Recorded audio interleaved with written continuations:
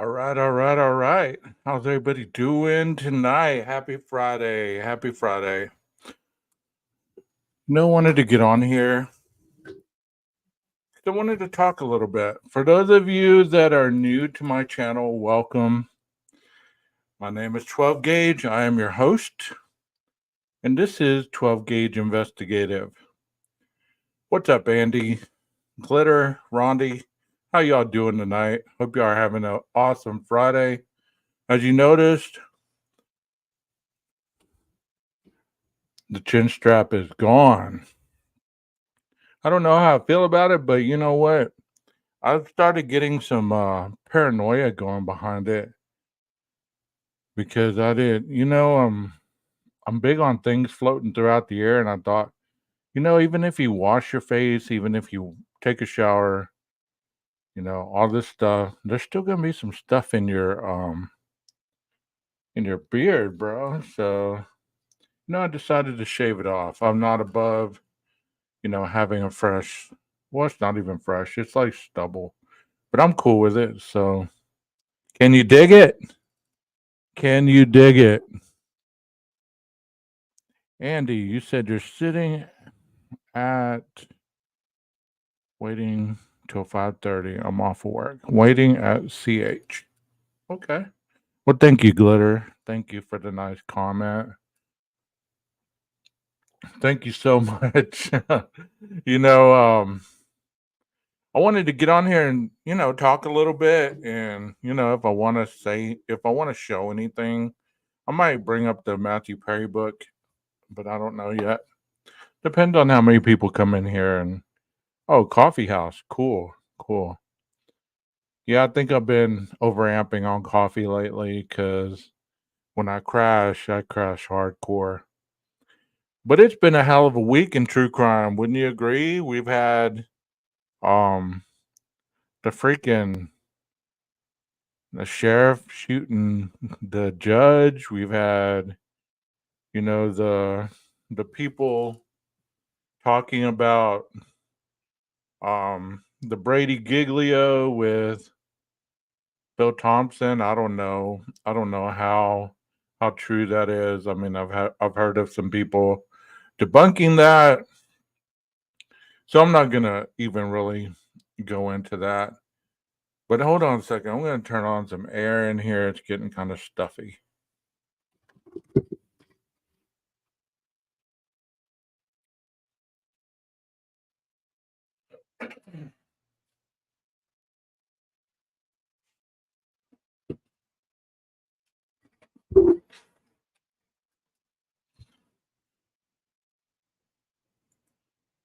Happy October to you guys. It is October 4th already. Can you believe that? That is wild how time just goes so fast.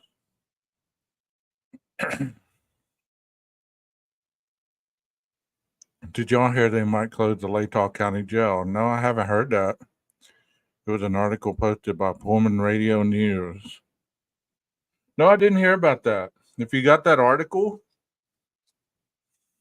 I'll give you my email and you can email it to me. Like I said, I've been drinking a lot of caffeine, kind of overamping. And at the end of the day, you come crashing down and you're like, just just too much, too much. But anyway, something else about true crime this week. I guess it was talking about just various things that I've talked about in my channel. Oh, how did y'all enjoy the let me play it for you guys if y'all didn't get to see it earlier. I think this was so awesome because I know that a lot of people have probably seen this movie, but I thought, you know, it really gave me a serial killer vibe when I saw it a long time ago because obviously he was a killer in the series. So, um,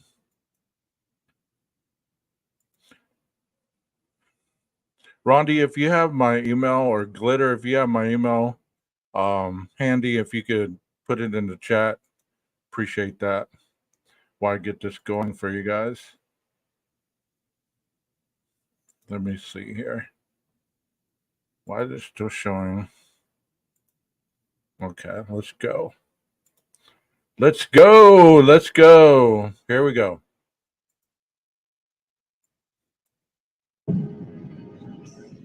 There it is, with its big, naked windows. I'll make our bed every morning. Beck, you're too drunk to be alone. What if some sicko had followed you down here? Person, she was going to ruin you, but you're safe now, thanks to me.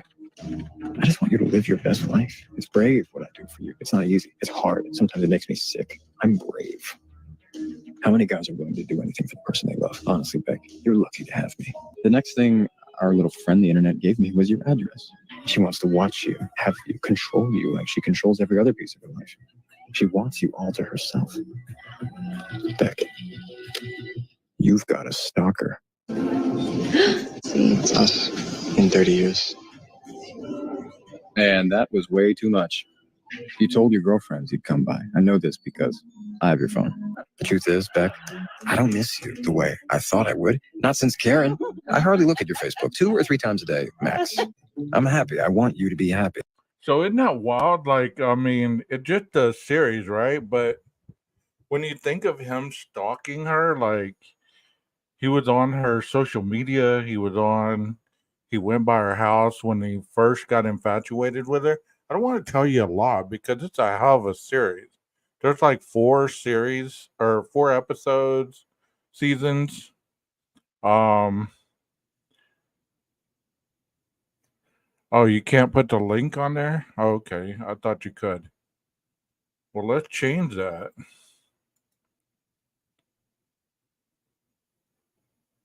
Let me see if I can do that on YouTube. But anyways, I'll put you as a mod. Yeah, it's been around for a while. It's what happy people want for people. What the hell? No. Where did you go? How the hell am I supposed to be great with you being gone if you're actually gone? Oh, are you not wearing a bra? And you want me to notice? That's right, Beck. I even do your damn laundry. I protect your time. I let you focus on your work. And guess what? Now that I've made our morning sacred, you're actually writing. Free of distraction. Look at that. How dare she invade your privacy like that? It's perverse. When we live together, your place won't be a pigsty. I'll clean for us. And you won't eat all this frozen. I'll cook for you every day. I promise. I'll even do your laundry. You are good. Beck, your medicine. You're the antidote for liars. And you make cheating a distant memory. And right now, I love you so much. The ringing in my head is music. And it's all thanks to Peach. I want to punish her for coming between us. But I can't. I'm not that guy. I'm an understanding, supportive boyfriend. And I remember, this is why I took up jogging.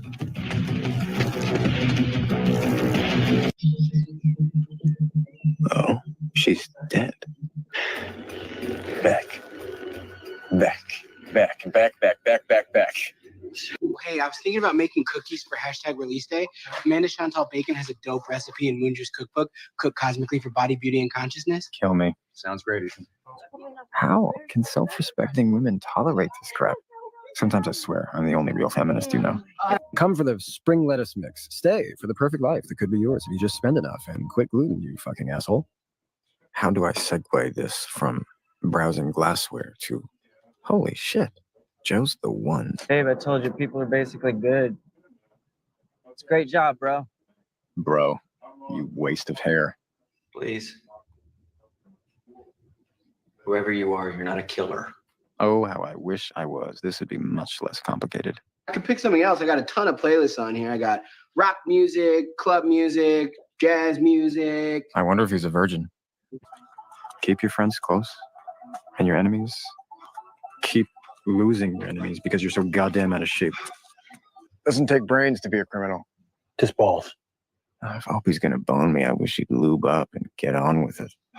Why does my kidney hurt? If only the universe would send me some sign, some platonic way to stay in your good graces. William fucking Bettelheim. Can I get a different sign? Fun. Runner's high is better than sex. And for some, may last longer. Touche, bitch. Ugh, please just stop. She could have died. We're not that lucky. Damn, this is really uphill. Is it his lung capacity? Love? Hello? You? No. Fuck. No, I'm not doing that. Her blog / podcast / brand, heart-shaped mistakes. Kill me. Okay. You mind? I'm in a hurry. He's just pissed he's got to buy Salinger to feel respectable when all he really wants to do is eat Cheetos and jerk it to eye porn before washing it all down with a Dan Brown chaser. Have a nice day, sir. Could use a reader and some sea breeze. Okay. So what do y'all think about that? I mean, like, like when you're thinking, okay, well, what goes through a killer's mind? I mean, because it's not always anything bad. Sometimes you're comical, I guess. You know, it's interesting. I love this show. It was on Netflix, and it's still on there. So if y'all want to go check it out, hey Stevie B, hey Nina, how y'all doing? Thank you for coming in the chat. And Glitter, I will make you a mod as soon as I finish this live, because it's so hard to do it while you're on the live because it echoes and everything else. So what do y'all think about this series, man? I know it's kind of older, but if you're into really kind of murder mysteries, this guy right here, man, he plays this role so good. You would think that, you know, he was a real killer. You know what I mean? So let me finish this out. No, I shouldn't. I won't. It's a date. Shit. It's fine. You're not heroin. You're a human woman. Okay, let's be real. She was attacked. Someone attacked her, but maybe they had a good reason, right? You ever think of that, detective? Shit! Detectives are real and DNA is a thing, and I just hit that girl with a rock. Now, all I need is to slip in and out with a jack top, unnoticed in a stream of white guys. I know. I'm using my privilege for good. Double fuck. If you think about it, she's already living on borrowed time. She resurrected like some sort of ginger vampire to suck my life away. Check it, comrade. Well, it's a script. You all right? You seem Like a guy attending the memorial of a guy he just killed. pensive. I think we are on a roll. I think we should go all night. How do I get out now without this 6'1" baby throwing a tantrum? We're soulmates, Joe. What the fuck? Is that Blue Day Chanel? No, Carrie, it's soap. Respond Yes, he's a killer. instead of react. That's love's homework. Mine is to prevent her from murdering this therapist. Oh, it's his wife. Oh, good. We're diving right in. Congratulations, Dad. It's a boy. Some boy? I'm fucked. It's hard to stay angry when she's so... But what's not to get? She's relatable, except for the part where she's an axe murderer. I read to the kids there. You and Henry should join sometime. It's fun. We can carpool. Maybe. I'd rather lose another finger than carpool with Mormon Neville Longbottom. Don't get hysterical. I took a seminar. Oh, fuck. I'm gonna need more tarps. Joe Goldberg. Hey, did I know you work here? Did I know you had your breasts enhanced in 2017? Vlogged your recovery from Adderall addiction? Brothers a roadie for something called 5 Seconds of Summer? I need to become Beck. I need the earth to split open and swallow me whole. How have you been? Oh, I'm fine. Bored, trapped in Pleasantville, aging so fast most mornings it doesn't even occur to me to jack off in the shower. I'm good. How much longer to the campsite? Nothing bonds you for life like getting the altitude shits together. Why is male small talk so terrible? Oh, shit. Bubba's gonna kill you. I'm Ryan Goodwin. We met the other night when I I wasn't being my best self. That's right. It's good to re-meet you. You fucking cockroach. Yeah, I know you're not Sherry's biggest fan. I'd rather fuck a cactus. Okay, let's hit this from a spiritual angle. Is this where they drop the act and ask us to join their cult? We strongly advise you to not do that anymore. I will try to tame myself. Masturbation saves the day for now. So I hope y'all enjoyed that. Can you dig it? I hope you can. Well, Andy sent me the link to what he was just saying. So I'm going to go ahead and pull that up and we can read that together. Yeah, that's called You, and it's on Netflix. So y'all go check it out if you haven't already. I mean, it's awesome. There's like 4 seasons, so once you get in, you got to watch the whole thing because it's hard to pull away and come back to it because you forget all that's going on, you know? Like Netflix, I don't know if you've gotten into a series on Netflix, kind of like Breaking Bad. You know, when that first came out, they only had like a couple series or a couple episodes on Netflix. So you had to wait like a year to be able to watch 2 more episodes or whatever, seasons. And by that time you had to go back and rewatch it because you'd forget what all went on. So here is the article. It says safety issues by forced closure of Latah County Sheriff's Office jail in Latah. October 3rd, 2024. So it is a day old, but it's recent nonetheless. It is 50 degrees, it looks like, in Pullman. 32 miles an hour for the wind gust. That's pretty gusty. Clouds are 100%. Okay, it says safety issues might force the Latah County Sheriff's Office jail in Moscow to close. The rumor and now campaign issue was addressed publicly by Sheriff Richie Skiles in a press release on Thursday afternoon. Sheriff Skiles said that no decision on closing the jail have been made and that the matter hasn't been discussed publicly. He noted that the jail was built in 1973 and isn't up to current safety standards. The statement says that this summer, the Moscow Fire Department informed the Sheriff Skiles of several issues regarding doors and fire sprinklers. Sheriff Skiles says some of the problems can be addressed of great taxpayer expense and other issues cannot be fixed. He noted that the situation could create a liability for Latah County. The county commissioners are set to publicly discuss the future of the jail during their meeting on Tuesday. The rumor first came to light on Wednesday afternoon when retired Moscow Police Chief James Fry posted a message on his campaign Facebook. Fry is one of the 2 candidates who are challenging Sheriff Skiles during the fall general election. Fry called out Sheriff Skiles for not being transparent and argued that county officials have known about the jail issue since before Skiles was elected sheriff. Oh, so he's going to be that kind of guy. I'm going to call you out for not being transparent, but yet during the investigation, you didn't have anything to be, talking about Mr. Fry. I hope you don't get it. I hope you don't become a sheriff. I mean, it's not that I don't it's not that I dislike the guy. I'm just thinking that, when it comes to politicians and politics, he was just talking about taxpayer expense, right? Like taxpayer having to pay more money for the upkeep of the jail and all this other stuff.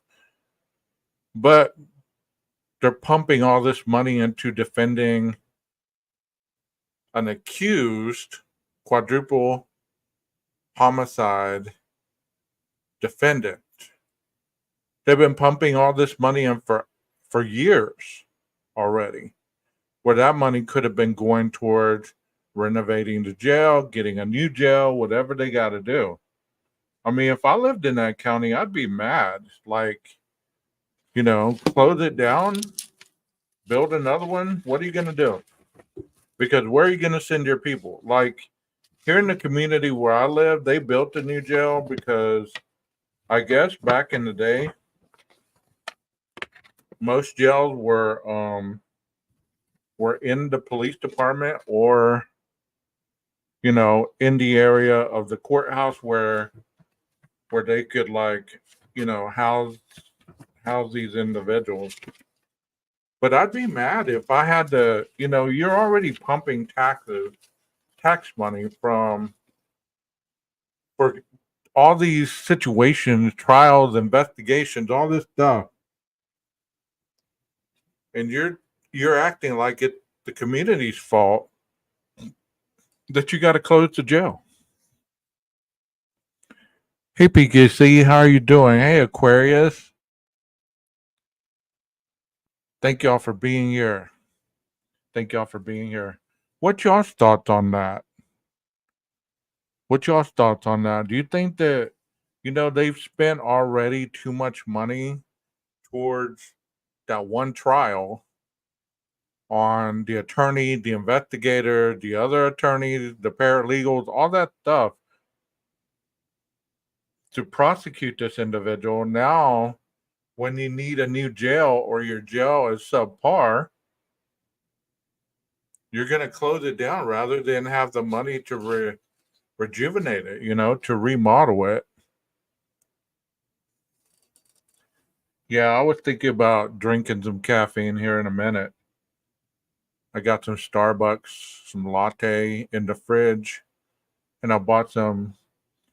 I don't know if y'all like the Kit Kat coffee creamer, because I like to make my own coffee too. I have, if you've ever been to Louisiana, they have chicory coffee, and I guess it's elsewhere, but that's where I heard about it. It's some good stuff, but it definitely gets you going. It's not something that I can drink like this late in the evening. The only reason that I would drink any coffee is because I'm going to go to the gym after this, and I need a little bit of kick in the rear. Yeah, they have Kit Kat coffee creamer. I just bought it, and I think they have Snickers as well. Um, all right, Aquarius, welcome, welcome. Hey, I like your new picture. I like your new picture. You're gonna have to teach Rondi how to put her picture on there. Rondi, I hope things are going well with you. I hope things are going well with all of you because I know that it's been a tough week for y'all. And it sucks when life feels like it's really kicking you in the ass and you feel like you can't get your footing. Um, it's tough. I understand that.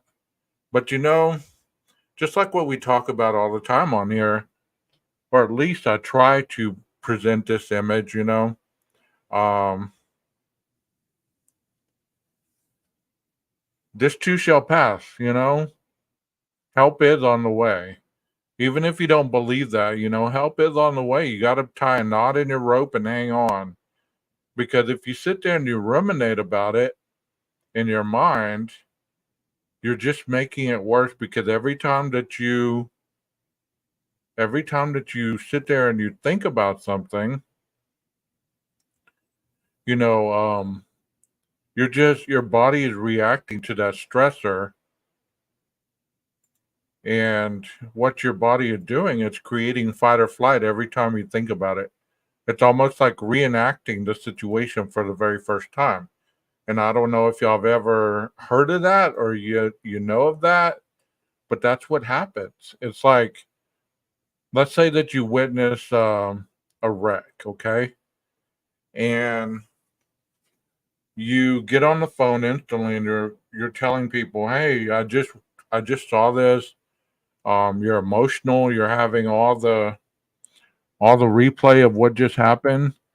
Well, your body is releasing chemicals to calm you down because it's not normal to have that intense of stressor because your body's not built to be going on so much stress. So what happens is the next person you tell, you relive it. The same thing happens in your body. All the fight or flight responses, all that stuff occurs, and before you know it, you've told like 10 people this story, and every time you've told it, you get amped up. You're verbally, saying it the same way. Damn, I just hit the mic. Um, and you're going through all this stuff over and over and over. And sometimes, hey, Southwest Firefly, glad you're here too. She says, I often keep my hands busy with craft to help with grieving. It's very distracting. How did that go? How did that go? Went well.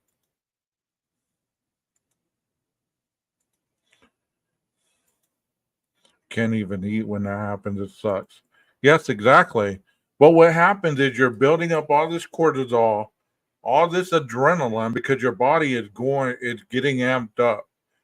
And so when you're calming down, all that cortisol is basically a hormone to calm you down, right? So you have all that buildup. And what ends up happening is you become weighted down. You don't want to do anything but sleep. You just want to, your brain feels kind of foggy. You feel like you're just stuck. You're just stuck. And you're just stuck. And what happens is you get enough cortisol built up, you start gaining weight. You start becoming lethargic. Like Rondi says, sometimes you can't even eat because you're so stressed out. And when that happens, it just bogs you down, and you don't have a good day, you don't have a good week, you don't have a good month, and before you know it, you're just like, man, I can't stand myself right now, or I can't stand this situation. There's no way out. And as I've shared with you guys, I've been through that stuff. I really have. I mean, I've even read my journal entries to you guys to show you that I have, had moments in my life where life is really kicking me. It's really kicking me, and it was kicking me pretty hard. And when you're going through that, you feel like, man, I can't take anymore. You know, if something else goes wrong, that's going to be it. That's going to be the final straw. But we are built way stronger than we give ourselves credit for. You know, we are really built stronger than we give ourselves credit for. I can't tell you what to do. I really can't. But I hope that you don't give up on yourself because, you know, you can make it through anything. And you have to ask yourself, and this is what I do. I mean, I'm just giving you some insight on what I do. I ask myself, hey 12, I know that you have been through worse. Did you make it through it? Did you make it through it? And thank you for the emails, Kelly. Nina.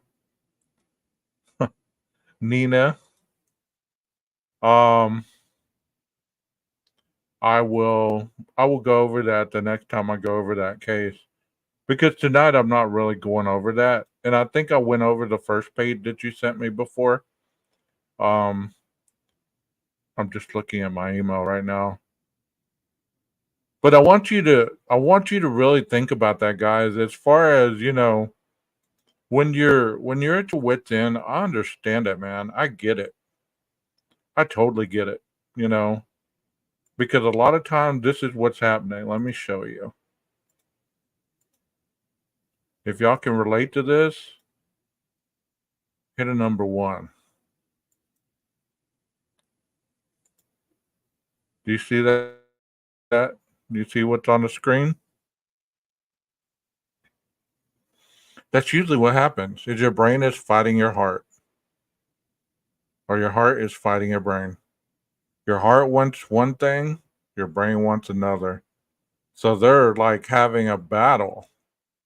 They're saying, "Hey, I got this. Leave me alone." Your heart's going, "Okay, I just need to calm down. I need to shut down," or whatever it is that happens. And some people have this battle every day. I'm going to share something with you guys that I've never shared before. There for a while I was getting my life in order, I had to get on some antidepressants, anti-anxiety medication. And I know a lot of people are not cool with getting on medication to help them through the tough times. But I can tell you, I wasn't cool with it either. But you know what? It did. It cleared up all that stuff that I'm talking about. It cleared up the haze. It cleared up the anger. It cleared up the frustration. It cleared up all the things that I was dealing with at the time that I could not manage. I want to show you guys this, and I don't know if you. I hope it doesn't run anybody off. It has nothing to do with religion or anything, so I hope it doesn't run anybody off. I don't know if you've ever heard of adult children of alcoholics, but maybe you were raised by an alcoholic and you didn't even realize that they were an alcoholic or they were a drug addict. You know, um, this is what's called the laundry list. All right, these are some of the characteristics that we have while we're growing up that sometimes even goes into adulthood. We become isolated and afraid of people and authority figures. We become approval seekers and lost our identity in the process. We're frightened by angry people and any personal criticism. We either become alcoholics, marry them, or both, or find another compulsive personality with such a workaholic to fulfill our sick abandonment needs. We live life from the vantage point of victims and are attracted by that weakness in our love and our friendship relationship. So in your friendships and your relationships, you view yourself as a victim. Things, currently are not well for you, but you're doing that because you don't want the person to leave you. That's what it's talking about as far as abandonment needs. And the basis of this is saying that if you were raised by a family member that was an alcoholic, you were having to share this family member with the alcohol, which they would always go and get drunk or go get high. And you were left by yourself to fend for yourself through the emotional turmoil or even through changes of normal life. So you developed a tendency to have abandonment issues. So you wanted to show people that you were good enough.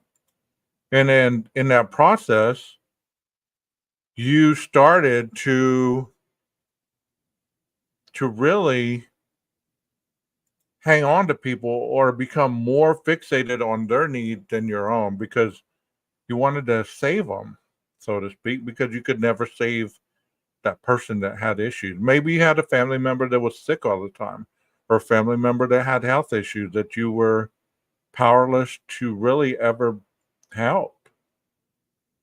This is the next one. It says, we're an overdeveloped sense of responsibility, and it's easier for us to be concerned with others rather than ourselves. This enables us to not look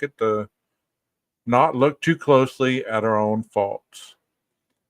We get guilt feelings when we stand up for ourselves instead of giving in to others. We become addicted to excitement. We confuse love and pity and tend to love people but we can pity and rescue. Just like I'm saying, you become fixated on fixing people, but when it doesn't come back your way, you feel like they're going to leave you at any time, and that kicks in your abandonment issues. And whenever it's kind of like being nice to somebody and you do something nice for them, and they don't give you a thank you, they don't give you a go to hell, they don't give you whatever. They just take from you, right? So it leaves you depleted and it leaves you sad because you did it out the goodness of your heart, but yet there was nothing that came in return. So instead of just charging it to the game, so to speak, you internalize it that there must be something wrong with you. We have stuffed our feelings from our traumatic childhood and have lost the ability to feel or express our feelings because it hurts so much. We're in denial. We judge ourselves harshly and have a very low sense of self esteem.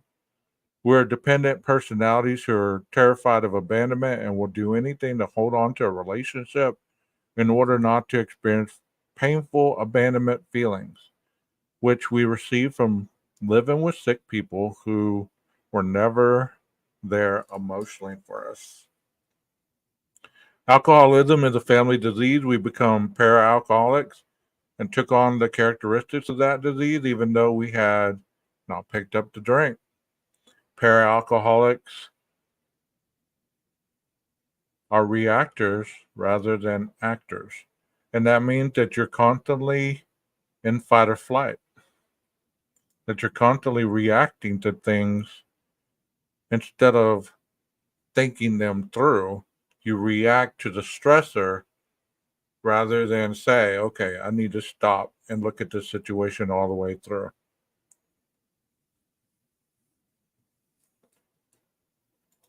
So, the flip side of the laundry list is we move out of isolation and are not unrealistically afraid of other people, even authority figures. So, once we get healthier in our mindset, we start to move out of the isolation and we start to become more pro social.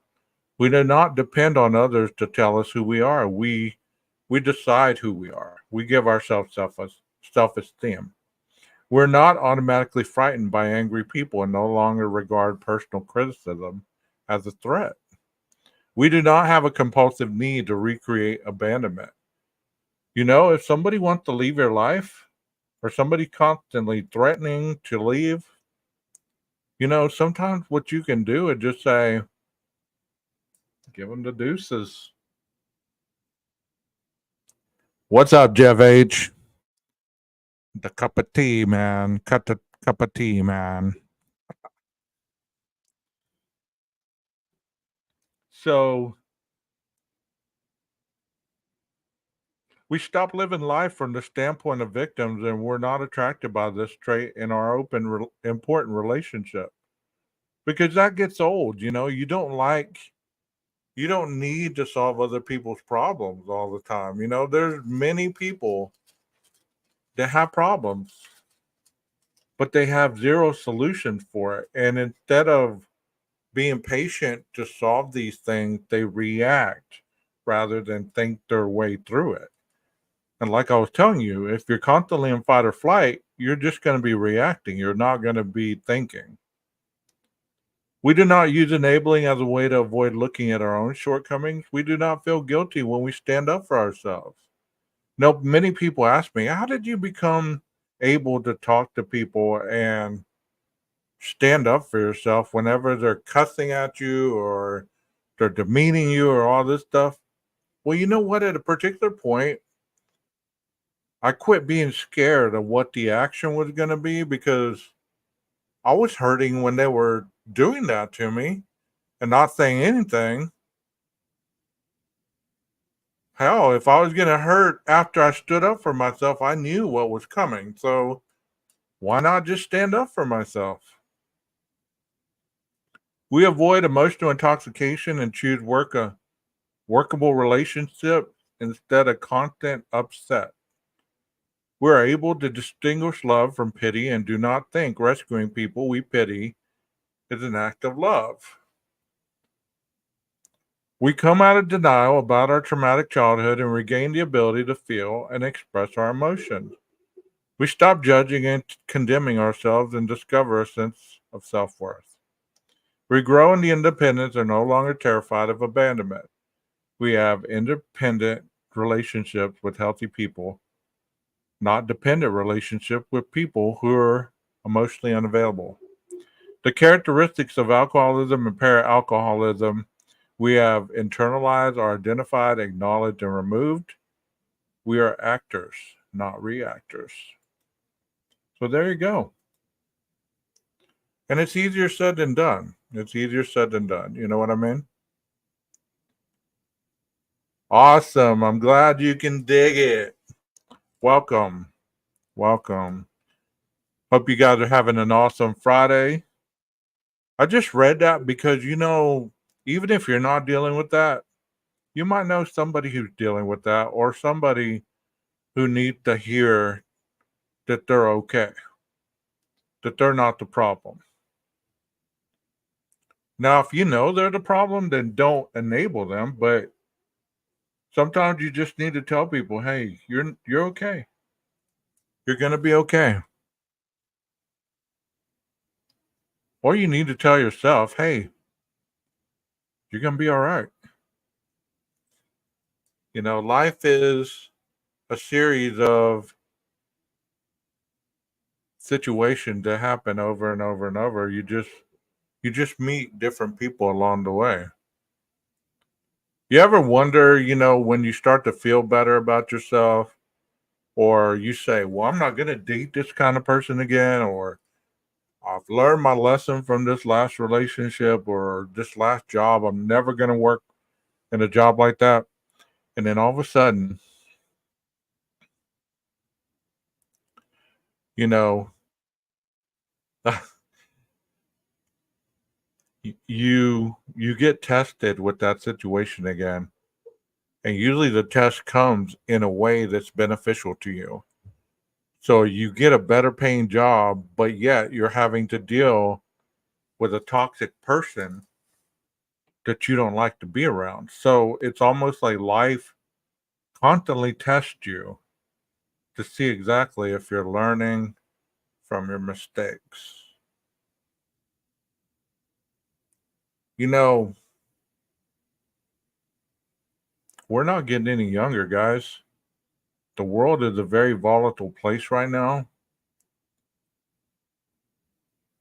And I know emotional issues are emotional issues, but sometimes we have to look at our lives and say, man, how long have I been doing this? How long have I been dealing with this? Even if I don't know how to deal with it, I need to just do the best I can and let it go and try to do something different. Because this isn't a dress rehearsal. We only get this once. You know what I mean? We only get this once. And toxic people they're not very, they're usually not very happy. They're not very happy with their lives. So they're constantly trying to help bring other people down to their level.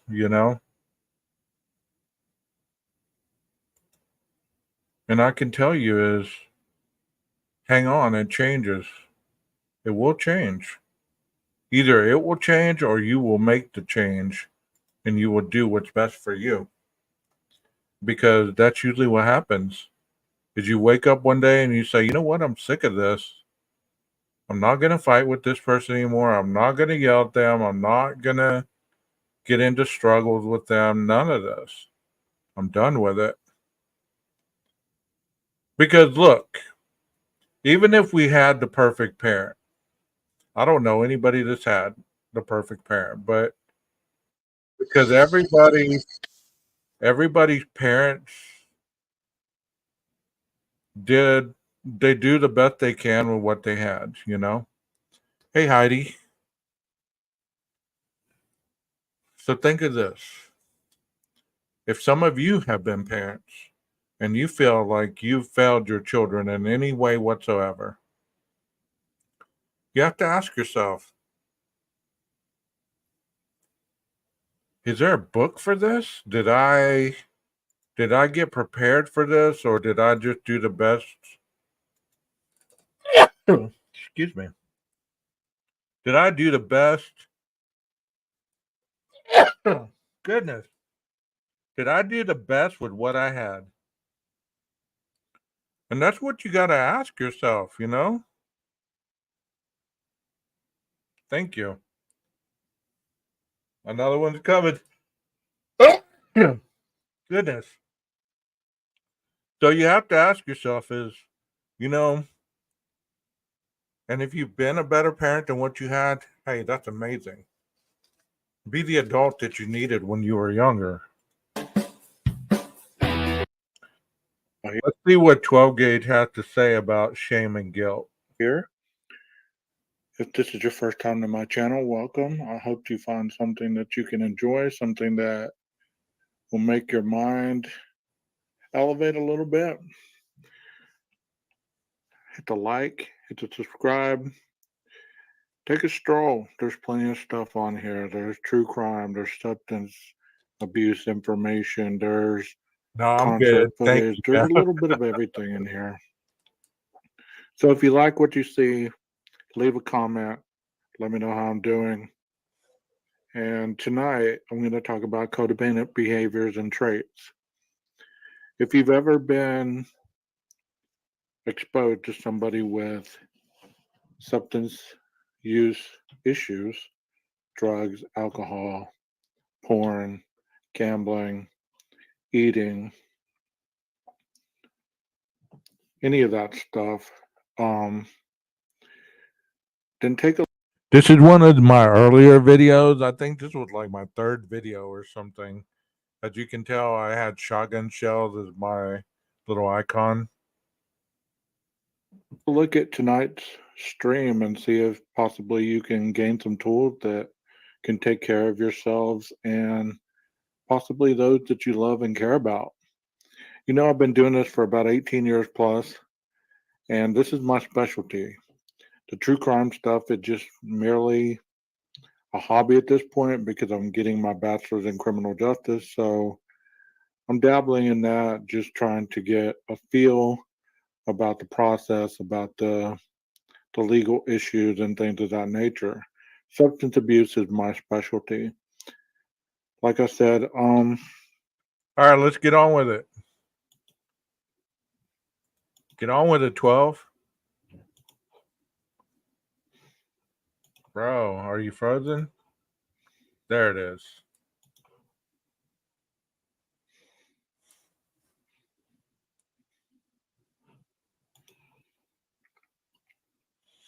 I have till March 2025. Boundaries and detaching. Although codependency, boundaries, and detaching are separate terms associated with addiction, they are also interconnected with one another. Understanding the behaviors of all three of these terms described can help us interact with our addictive loved ones in a healthier manner.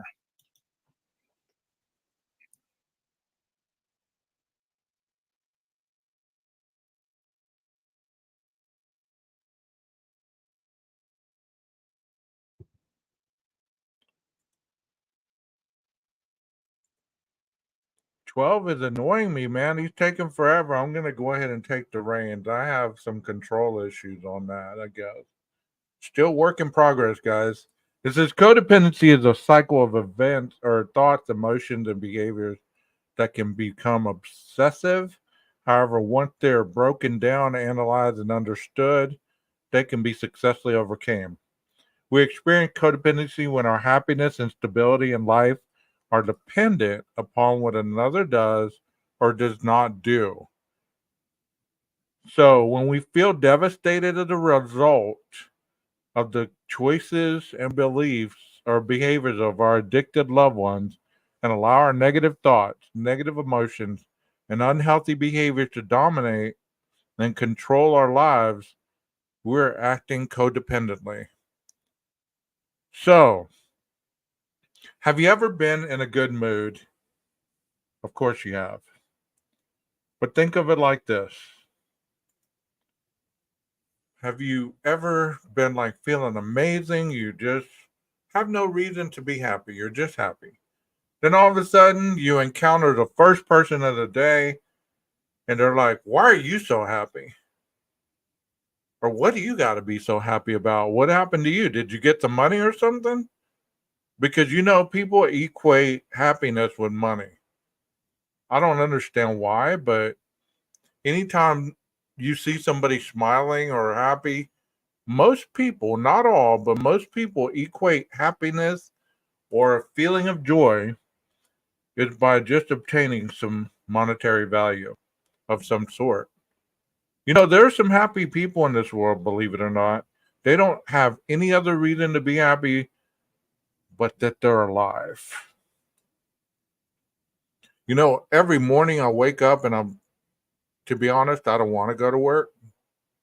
I'd rather go on vacation. I'd rather do all kinds of other stuff. But I just tell myself, all right, 12, it's time to get up, bro. Quit BSing. I fight with myself every morning, every day, every night, every evening. I'm going to be fighting with myself after this live. That's awesome. I didn't feel like that when I was younger. And I certainly didn't feel like that after, before I had COVID. I was up and going. I was ready to do it. I was just motivated. But, I fight with myself about that, about stuff like that. It's like, come on, bro. Get off your shoulder and get on to it. Get going. Get doing what you need to do. Life is short. Go live it. Because, we spend so much time dreaming about the life we want. We never enjoy the life that we've been given. We're not all meant to be millionaires. We're not all meant to be having what everybody else has. Yeah, wake up and start digging it. I need a bigger shovel, right? Thank you. Yeah. We're not all meant to be identical. That's what makes us so awesome is we're all different. There's some of us that are very helpful with our words. There's some of us that are helpful with our kindness. There's some of us that we don't have a lot, but what we do have, we give to others, or we offer our time, we offer a kind ear or something. Because it's not always about money, man. Not always about money. It's not always about, well, once I get to here, I'll be all right. And that was one of the things that I was big on when I was younger. I'll get married when I'm 30. Well, guess what? 30 came and went. I'll get married when I'm 35. Once I'm stable, once I'm financially stable, once this, once that, guess what? 35 came and went. Well, I'll do it when I'm 38, 40. Guess what? Came and went. And then before I knew it, I was married to my job. And at that point, I didn't have the vitality to even go out there and try to get anything stable. Hey, Texas, how you doing, buddy? I didn't have the vitality to go out there and do it. I was just married to my job, kind of like everybody else. You get up, you go to work, you come home, you eat a little something, you watch some TV, and you go to sleep. And nothing else really interests you. You're scared to death of people. You're scared to death of their intent. You're scared to death because you've tried to love again. Your heart's been broken. You've been used. You've had whatever going on, and you're just scared to death to try again because it's taken so long to get to that stable point that I'm talking about. But how many times has that happened to you in your life? I can tell. Hold on a second. There's somebody at the door.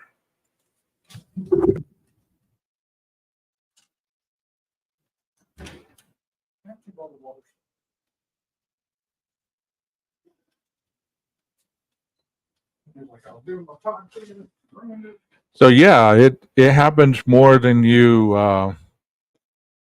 understand.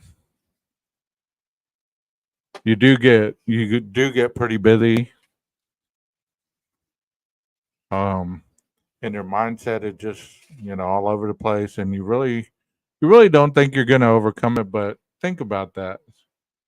Think about how many times you have overcame it. How many times that life has helped you bounce back up. That you're able to overcome those obstacles.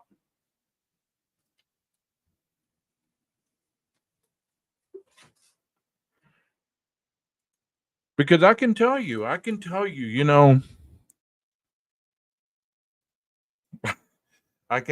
that it does get better. It really does. You know,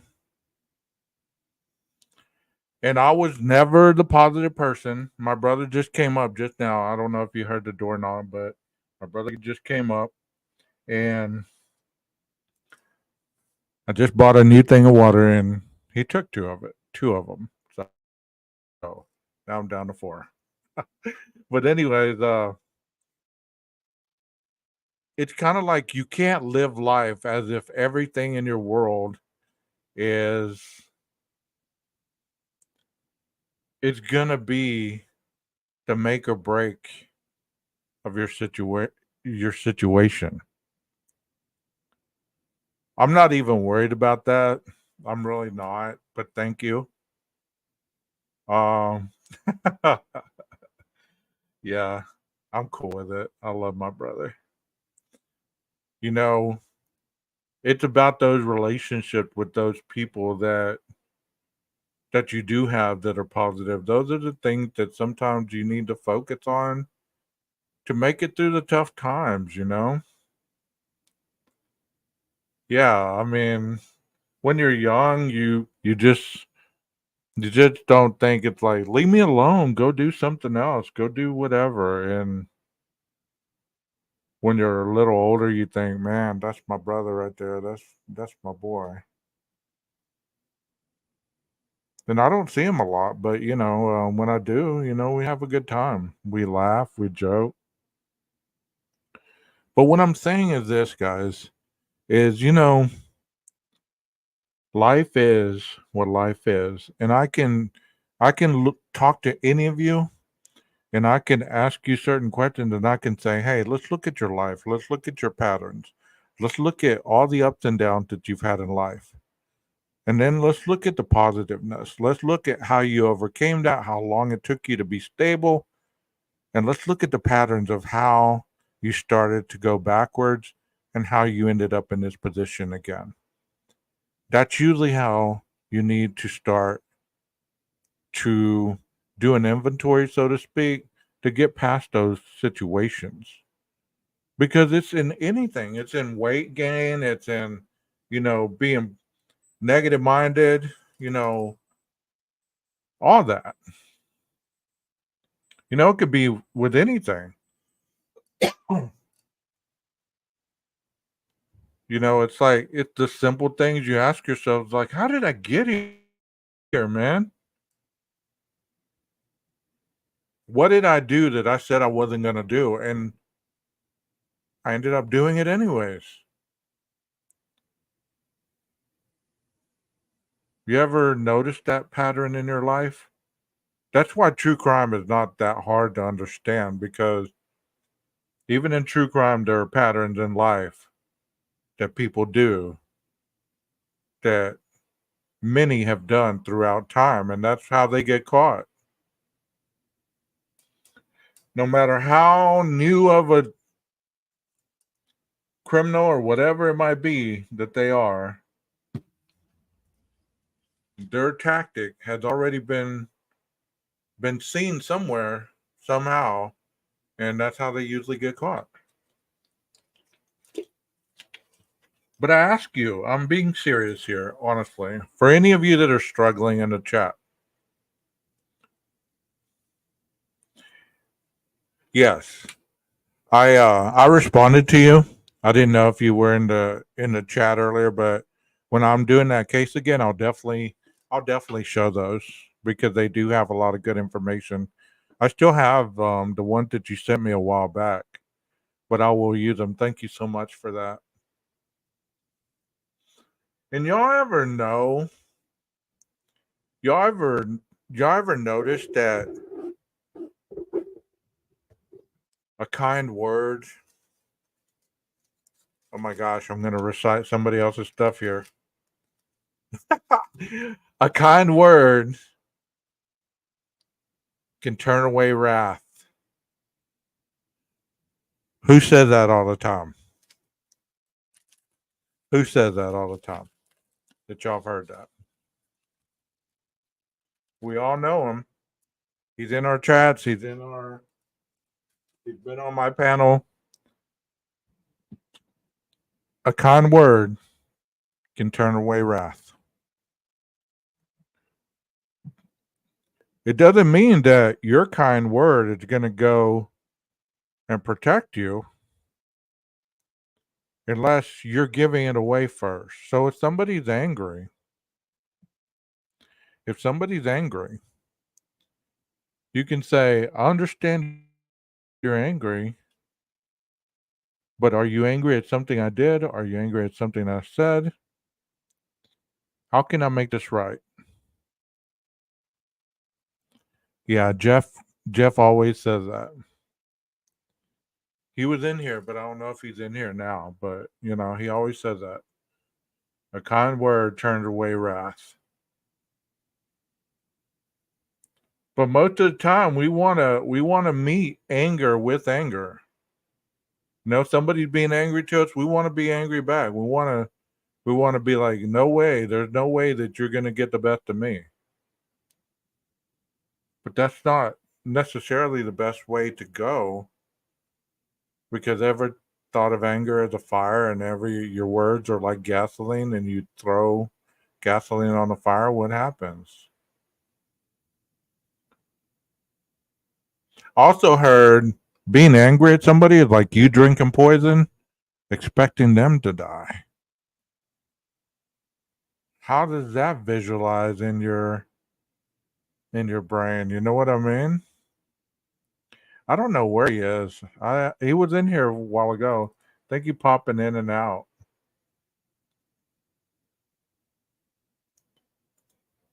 How y'all like the little emoji picture? I had this one the other day. Me sitting on a toilet looking at my cell phone. These things are funny. So think about that a little bit. I mean, none of this stuff works unless you start to believe in it and that you start to use it. Even if it doesn't change things right away, it doesn't mean that it doesn't work. That is what's so wonderful about life is we got the opportunity to restart it at any time. We have that opportunity to do something different.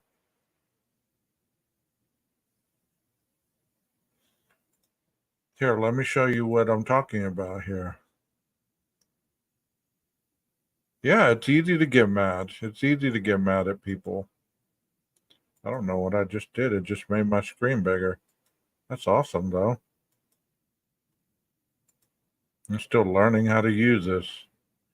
Right here it says, my role as a helper is not to do things for the person I'm trying to help, but to be things. Not to try to control and change their actions, but through understanding and awareness to change my reactions. I will change my negative to positive, fear to faith, contempt for what they do, to respect for potential within them. Hostility to understanding, manipulation to overprotectiveness, to release with love, not trying to make them fit a standard of image. So, what you think of me is none of my business. Have you ever heard that statement? Giving them an opportunity to pursue their own destiny regardless of what their choice might be. What you think of me is none of my business. That's why it saddens me sometimes when I see people going at it on these YouTube streets. They're calling each other names, they're talking about each other, they're doing this, that, and the other. And for what? For what? You can't change somebody who does not see what you're seeing. So instead of anger, try to gain understanding for yourself. Because you can't change another person, but you can change your reaction to that other person. And if you're reacting, that means they remind you of somebody that has either hurt you, lied to you, that you have trust issues with, or any of that. And you're right. Texas says, Rondi, he better be glad he's an old man, or I'd taught him a lesson. Yeah, it's a crime to beat up the old now, so you can't do that, Texas. Some of our misunderstandings with people are lifelong. And don't feel like I've given them a chance and they're still showing me they can't be trusted. They're still showing me who they are. Well, of course. What's that saying? A tiger doesn't change his stripes or something like that? I'm always throwing out stuff like that. I don't know where I get them, but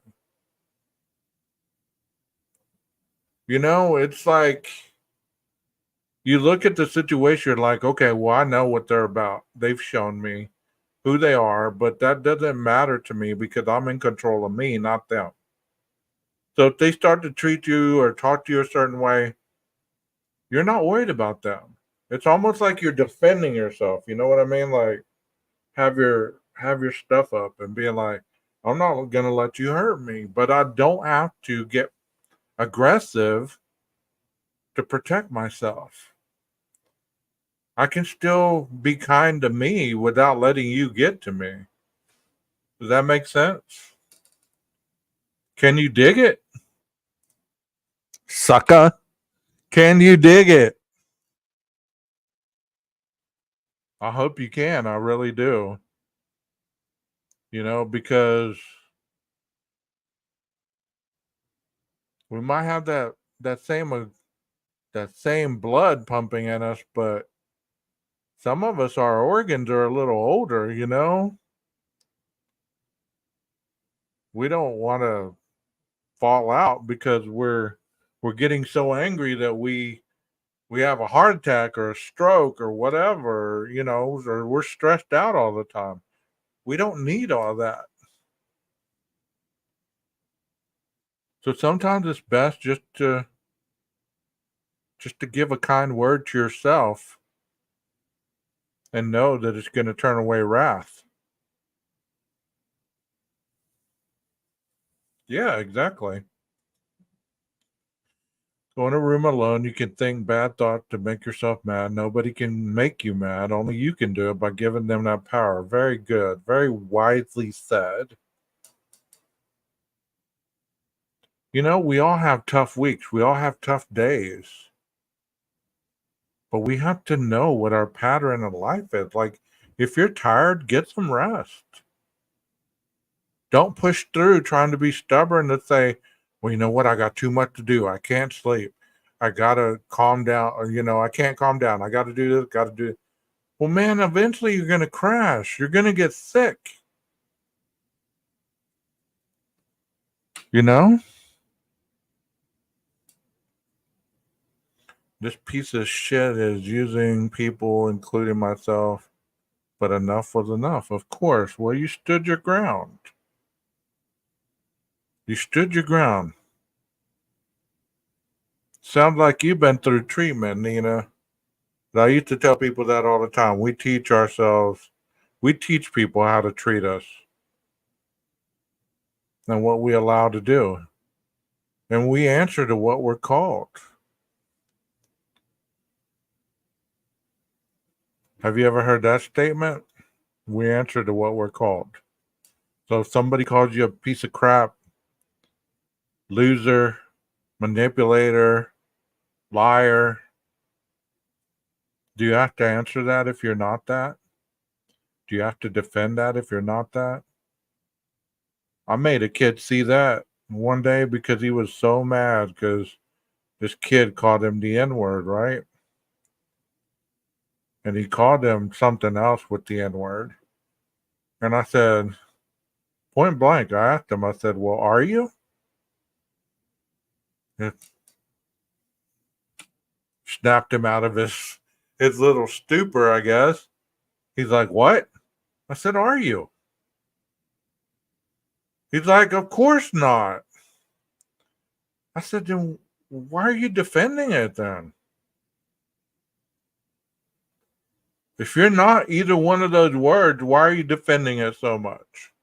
Why are you getting so riled up? What's making you have to defend those statements? Well, he has no right to do this. He has every right to do what he wants to do. Just as much as you have the right on how you're going to react to it. What you're doing is you're giving him the whole power of how to react based on your reaction.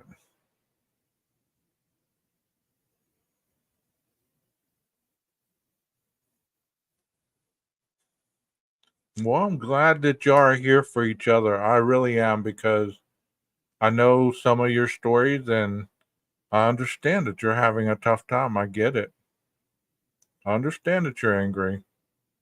I get it. There are some people that are just that. Just that's all they are, is a piece of crap. But does it have to mean that you become a piece of crap right along with them? You know? Sometimes making a stand for yourself is not feeding into their bullshit. Not saying a word. You know, sometimes it's just doing what you need to do and not saying a word. Not giving anybody the time of day. Just doing what you got to do and going home. Taking care of yourself. Yeah, I feel bad about that situation as well, Rondi. I hope it gets better. I really do. I wish I could help you out in that. And for any of you that are going through anything, I hope that you understand that this too shall pass. I don't have a lot planned for you guys tonight. You know, sometimes people just get on here and talk. And that's what I'm doing tonight, just talking.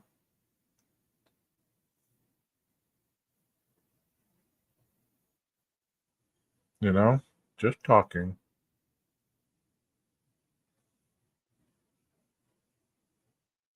You know, you guys say that, you know, a significant other or something is waiting for me and all this and that. Let me ask you this question, though. Back when I was in my addiction, when I was unhealthy and I had all that stuff going on, I stuffed my anger. I didn't talk about what was going on with me. I didn't have anything positive to say. Do you really think that a woman would like a male to be as talkative as I am? Because most guys don't talk as much as I do. They really don't. And the only reason I do it is because of what I do for a living. You know, if it taught me how to talk. You know what I mean? Like, I haven't always been a talker. But it seems like when I start talking and I talk and I talk and I talk,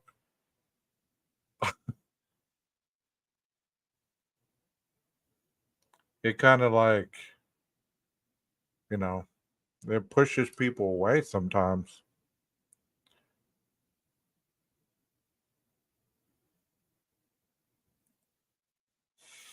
That's a tough one. Do you hear my biggest fan?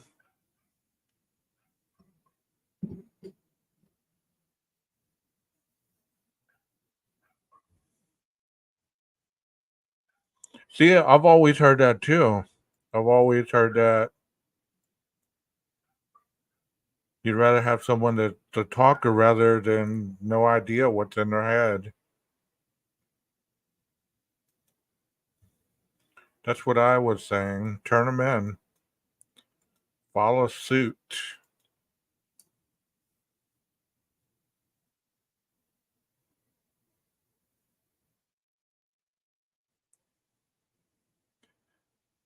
I don't know. I just like here. I just start talking and talking and talking, and it goes into multiple topics. Like my brain is just all over, you know. So I don't know. I don't know about exactly what the topic was. Maybe I shouldn't have asked them to take their shoes off first, right?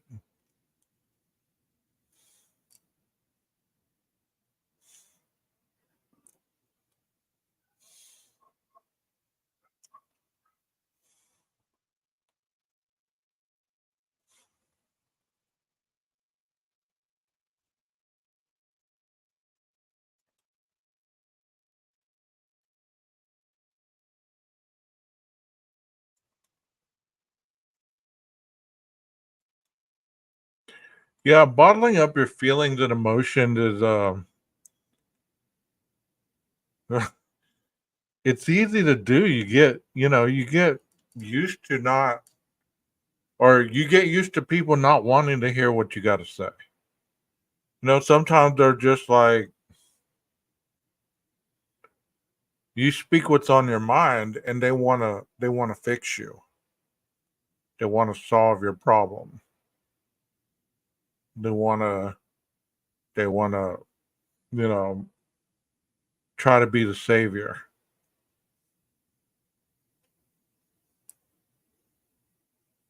Yeah.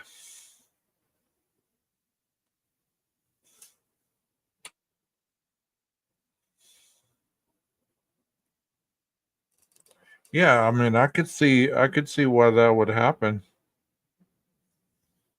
Southwest Firefly, I could see that.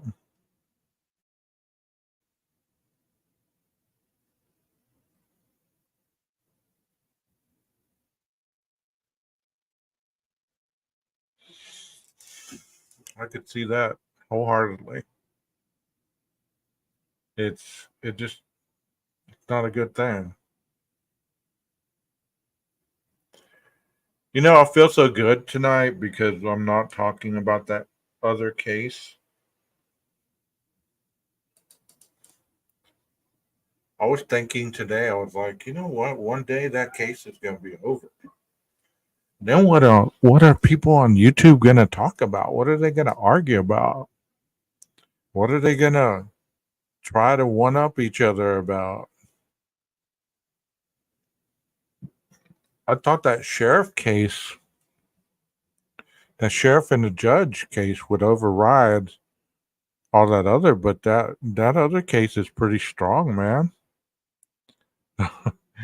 That other case is pretty strong. It's like that fire will not go out.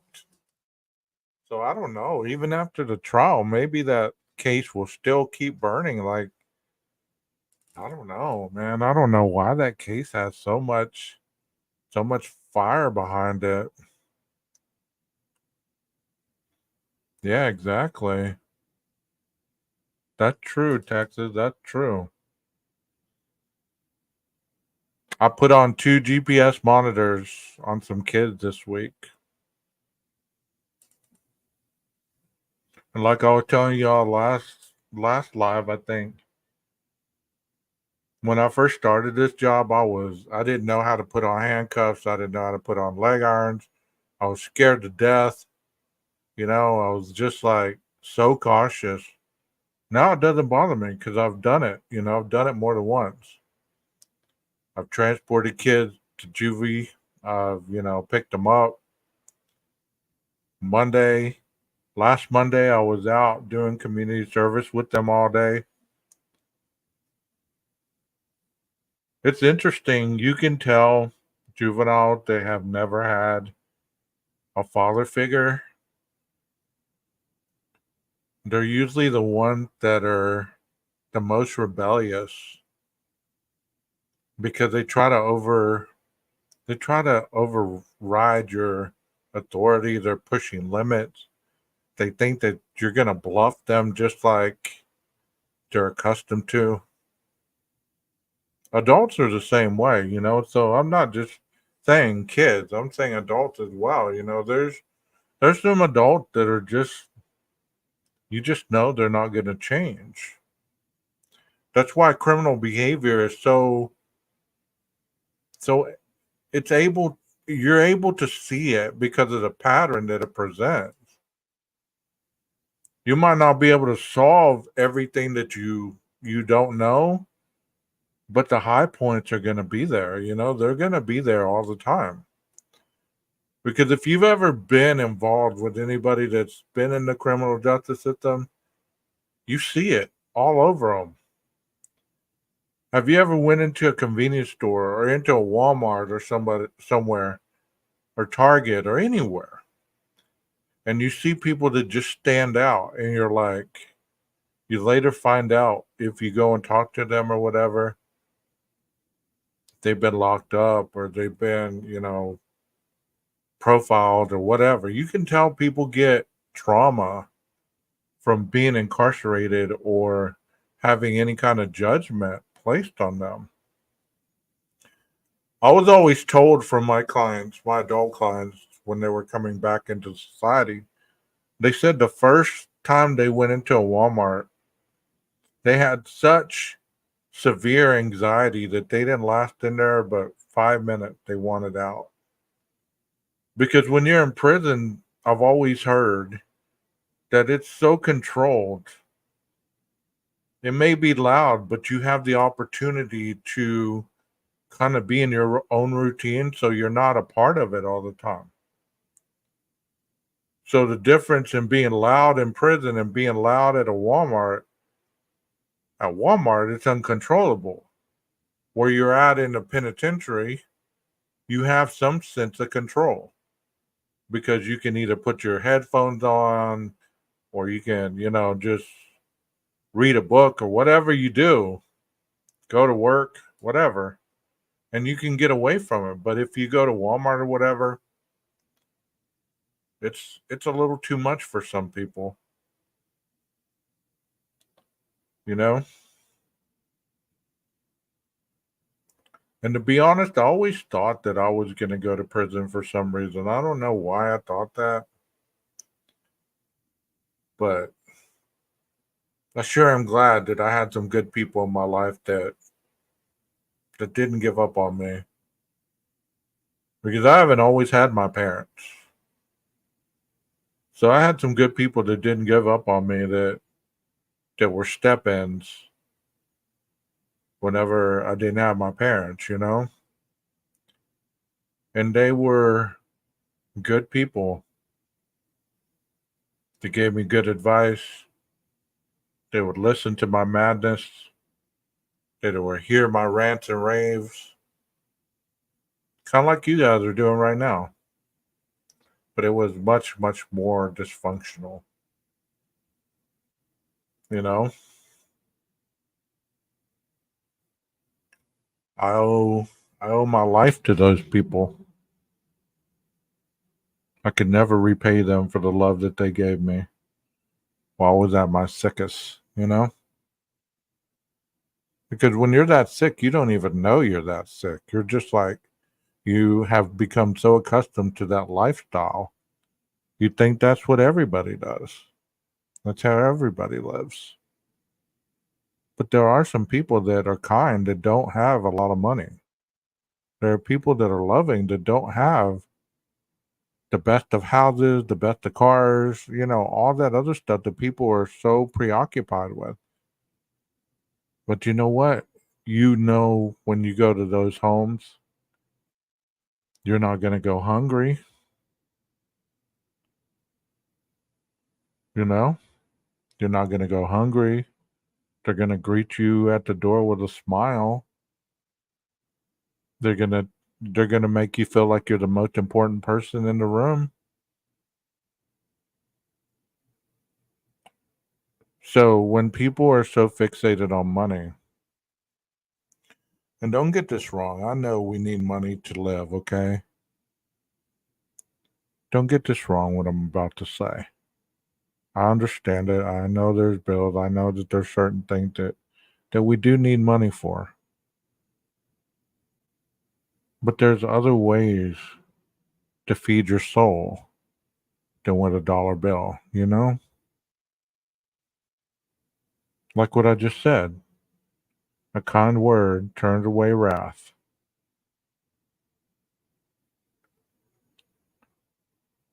Sometimes all you got to say is, I understand where you're coming from.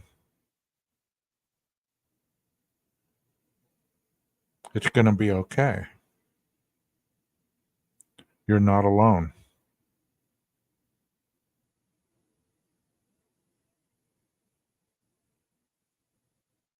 You're not alone. And you're right, Rhonda. You're right. And thank you, Glitter, for that kind comment.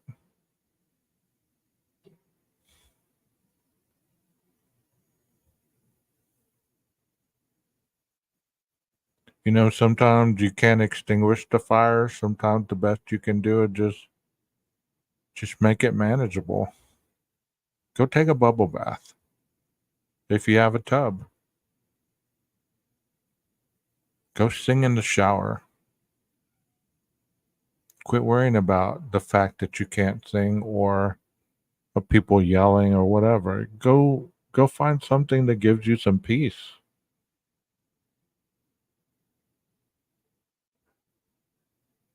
This life is hard. We aren't always at our best, no matter what people want you to believe. You know?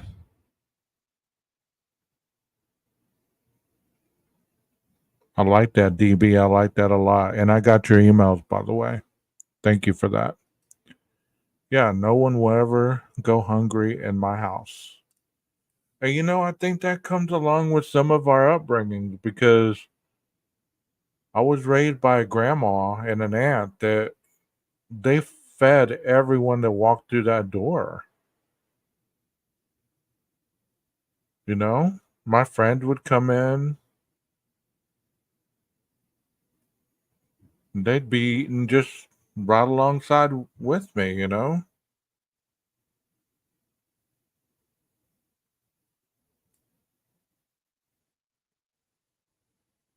Sometimes it doesn't take a lot. Sometimes it doesn't take a lot to really, hey, Allie, how are you doing? It doesn't take a lot to really make a difference in the world. Sometimes you make a difference in your own house.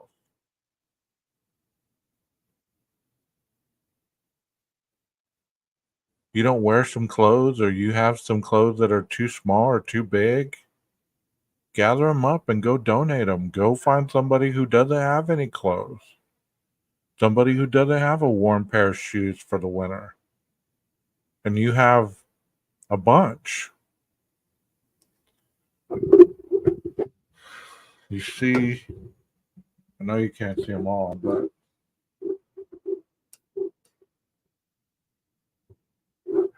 and that's not even all of them. And I don't show that to brag, but it just there used to be probably two other shelves full of shoes.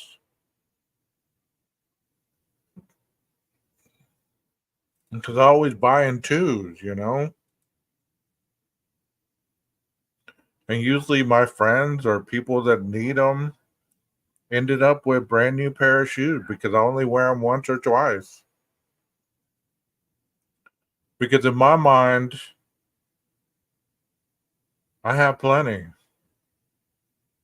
Or if I'm in need, I don't need the expensive shoes like I once did because, as you get older, your feet change. I don't know if I'll ever wear the New Balances, and if you wear New Balance, no shade there. Just, I don't know if I can rock the all white shoe like that.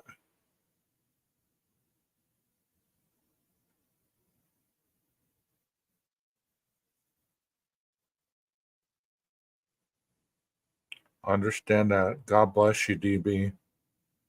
God bless you for that. My parents are like that. I just got a phone call at the early part of this live. It was my dad, and he's like, because I called him the other day, and I was like, "Hey, y'all got any toilet paper?" I said because the stores are all sold out or whatever. And he's like, "Yeah, we got a whole box from Sam's or whatever. We're good if you need some." And he just called me and said, I just bought like 50 industrialized toilet paper rolls. Them big ones that are gonna last forever. And he said, and we got another box coming and this and that. He's like, so if you or your brother need anything, just let us know.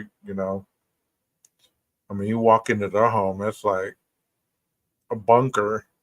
They got plenty of food, cans, all kinds of stuff. I mean, but I'm telling you, I didn't always have that relationship with my parents. I didn't. Hey, Chandra, I didn't, and I didn't know. I didn't know if I ever wanted it. You get what I'm saying? Like, I didn't know if I wanted that relationship because it was so broken. Hey, Justice, because when something is broken, it reminds you of how painful it was to get to that broken part. Yeah, there's people are going crazy because of the there was some kind of strike or something, but they already fixed it, so it should go back to normal. But what I'm saying is, now I have a relationship with my parents that I never had. Me and my dad had a blowout last September, and I've never raised my voice at my dad one time, right? And that day, I told that man everything I'd always been holding back. I'm talking about everything. I told him about himself. I told him about how he treated my mom. I told him about all kinds of stuff. And I didn't talk to him for like a month, I think. And I ended up going over there and apologizing. And he apologized. And since then, things have been good.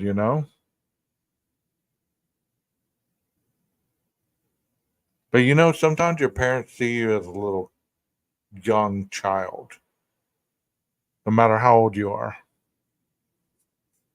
They see you as they see you as that little kid that they raised, or that juvenile, or whatever.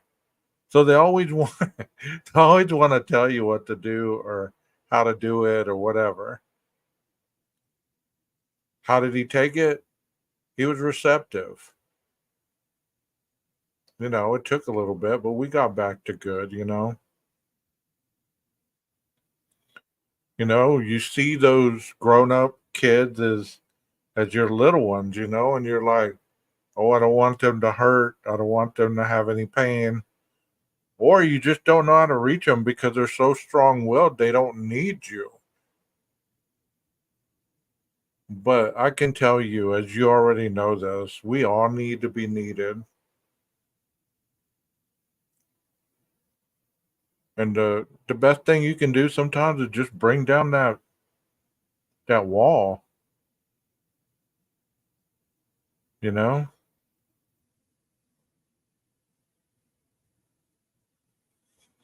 Yeah, I don't know how it is up there, but down here it's like we have a store called HEB, and they kind of make all their stuff here in Texas. It's a Texas brand store. So they have their own products, the produce, the meat, all the stuff is raised, and made in Texas. So even the toilet paper, the paper towels, all that stuff is made here. So that store gets trucks every day. So it's not reliant on ships like Walmart and stores like that. You know what I mean? So, we're lucky to have that. Yeah, criticism is hard to hear. But many people have thought they've heard my angry voice. Y'all haven't heard my angry voice. You haven't heard me yelling at you. It scares people when I get that mad. It really does. How it scares myself because I tell you that's from all the years of playing sports and being working with offenders. Never show weakness, you know what I mean?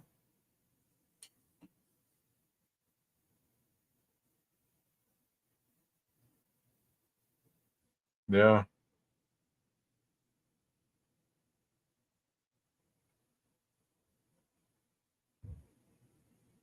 No, you've never seen me angry. That's not even cranky though. That is just kind of like, you know, women have that mother look that they give their kids. Like they give their kid that, and excuse my mouth here, but they give their kid that. What the fuck you think you're doing? Look, you know what I mean? That look like. Do you have you lost your mind? It's kind of like that with me. It's like, are you listening to what you're saying to me? Are you really thinking you're going to talk to me that way? No, you might talk to other people like that, but I ain't the one. You know what I mean? So that is that look you probably see. You know what I mean? That voice. No, my voice gets louder than that. It really does. Cranky, pissy. Yeah, I probably have my moments. I mean, if you go back and look at some of my lives, you're pretty like, damn, 12 gauge was going off on that person or whatever. Hey, nobody's perfect, bro. Nobody's perfect.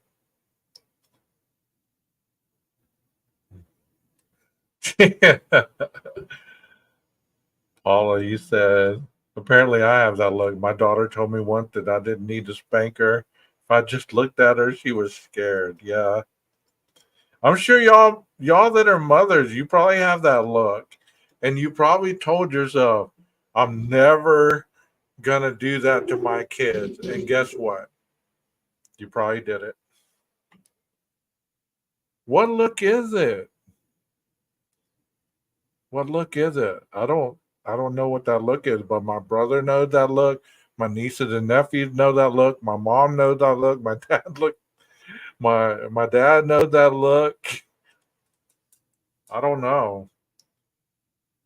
A lot of people said they have that crazy look. You know, that crazy look like what the fuck? You really think you're gonna talk to me that way? Like, really? Nah. But the one thing I can tell you guys in the chat, yeah, that's probably it. One thing I can tell you guys is this: is I'm who I am 100% of the time, whether I'm on camera or whether you're sitting here having a conversation with me at the dinner table or on the couch or anything like that. You know, I'm the same person no matter what. You know, I'm the same person. Wow, y'all been paying attention or something? Can you dig it? Can you dig it? But I'm the same person on camera or off camera. You call me up, I'm gonna sound the same way on the phone as I'm sounding right now. Because I don't change for people like that. I don't. I want them to be genuine, so I want to be genuine. People are who they are. It's not my responsibility to change you to be who I want you to be. But I can tell you, I had a high school sweetheart, right? We dated for 7 years. And back then, I was playing football and I was an athlete, hardcore, and she started smoking. Started smoking cigarettes, right? And she would come over and she'd kiss me, and I'd get so mad because I could taste it. And I can't describe to you what a smoker's mouth tastes like. I don't know. You surely know what it kind of had an ashy taste to it. And I'd get so mad. I'd be like, why are you trying to cover up that you've been smoking a cigarette or smoking cigarettes? I can smell it. I can taste it. And she just pushed all those limits. But, I can't even blame her because, you know how they say, those games you play, I know them because I play them too. That's how it was. It was like we were young and stupid, and it was that push and pull thing. I'm going to push you away. You're getting too far. I'm going to pull you back. Some people play that game for a lot of years, you know? Yeah, I mean, I wasn't a smoker because I'm allergic to cigarette smoke. And get this, okay, I was an alcoholic for a lot of years. And even sometimes I'd get a little crazy, smoke black and mild while I was in the club or whatever. The next day, I couldn't breathe for nothing. I'd be coughing and hacking and all that stuff. But just to look cool, you'd have that black and mild in your mouth, blowing some smoke, you know? But yeah, I mean, sometimes you got to break out of your habit that you create when you're young because if you don't, those things are going to continue to give you the same result with different people. Kind of like you say, I'll never date this well, I don't know if it's allergic or not, but it was just whatever it was. It made me feel bad. Um, if you don't break those habits with people or yourself, they're going to continue to be repetitive and they're going to be giving you what you've always gotten.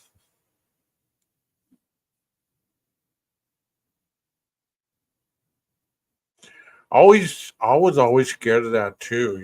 They say secondhand smoke is more harmful than um, people that are smoking with the filter because you're inhaling it without the luxury of it being filtered. I'm sorry to hear that, Texas. But you know what? Everywhere I worked, I'd go out and hang with the smokers. Like they'd be all smoking. I wouldn't be smoking, but I'd be sitting there cutting up and joking and everything else. I was always around cigarette smoke, you know? It's just crazy how we treat our lives. It's interesting, but it's insane how we're all so different, but we're all so much the same. That always amuses me when somebody tries to tell me how different they are than anybody in their world.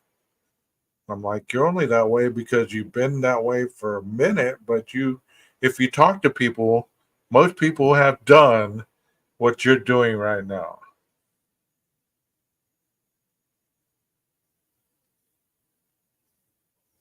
Okay, I got you. Let me show you guys something. Since we're talking about that, I saw this the other day.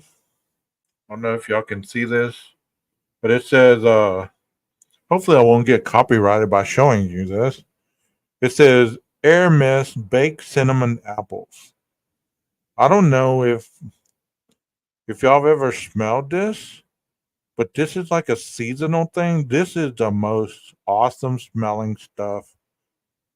It makes you hungry though, but I mean, you spray it in your house, it smells so freaking good. And this is usually my go-to. Like if you come into my house, normally it's gonna smell like Hawaiian Aloha.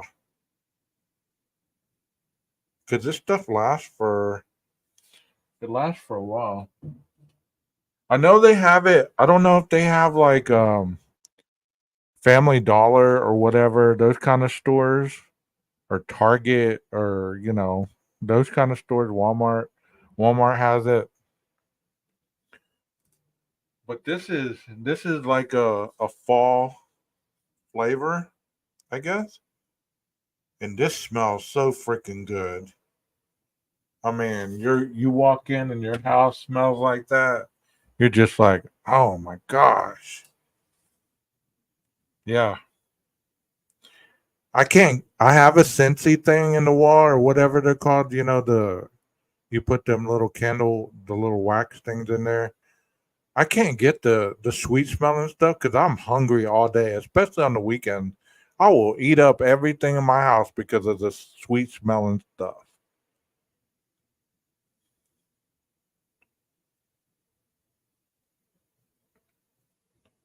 Yeah, Hawaiian's my favorite. That's what it smells like in here. I was little, but they said that you could smoke in a movie theater before.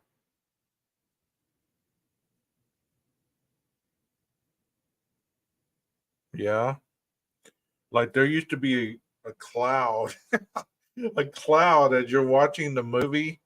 You literally had to look under the cloud because everything was so hazy.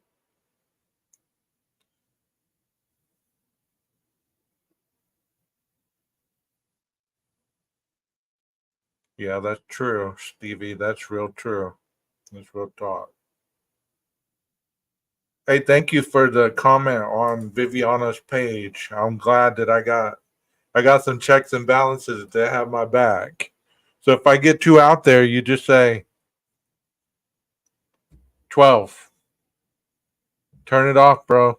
Turn it off.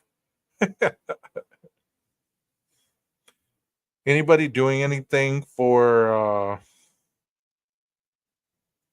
October is an interesting month. Not only is it Halloween, but it's the beginning of fall weather for a lot of places. So you get those hay rides going on. You get all those type of things going on, and it's a really the starting of the family dynamic getting together closer. I didn't know that you could smoke on planes. Well, happy sober anniversary. Wow. Yes, we are proud of you. Keep it up.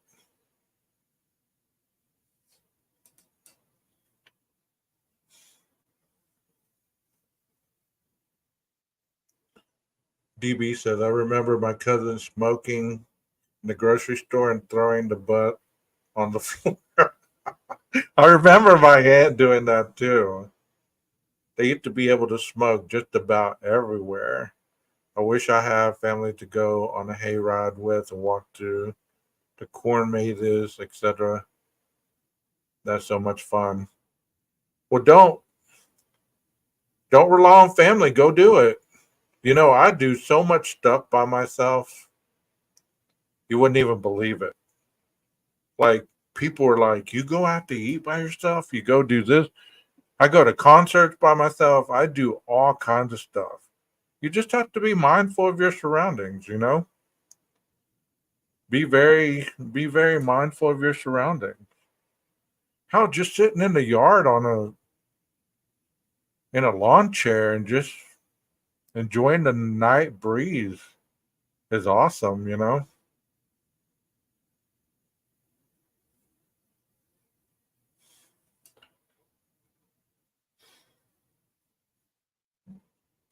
I used to let it make me feel sad, but then I thought I'm gonna go do it because if I just wait around to have somebody, um,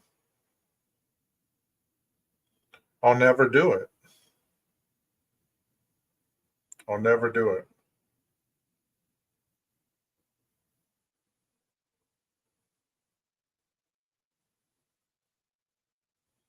So sometimes you just got to get outside your comfort zone, and go for it.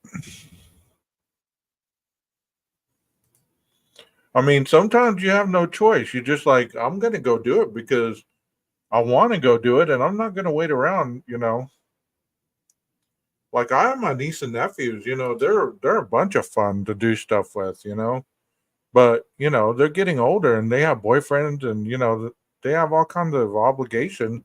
So sometimes you can't have people with you. You just got to go do it.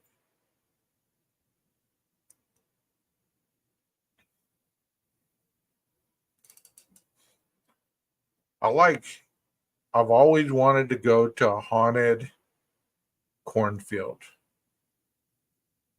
I mean, I think that would be like, even if it's not haunted, like a maze, like you are talking about, where you go in a cornfield and it's dark and you're trying to find your way out. I think that would like give me so freaking anxiety, but I'd enjoy it. It'd be a good kind of anxiety. You know what I mean?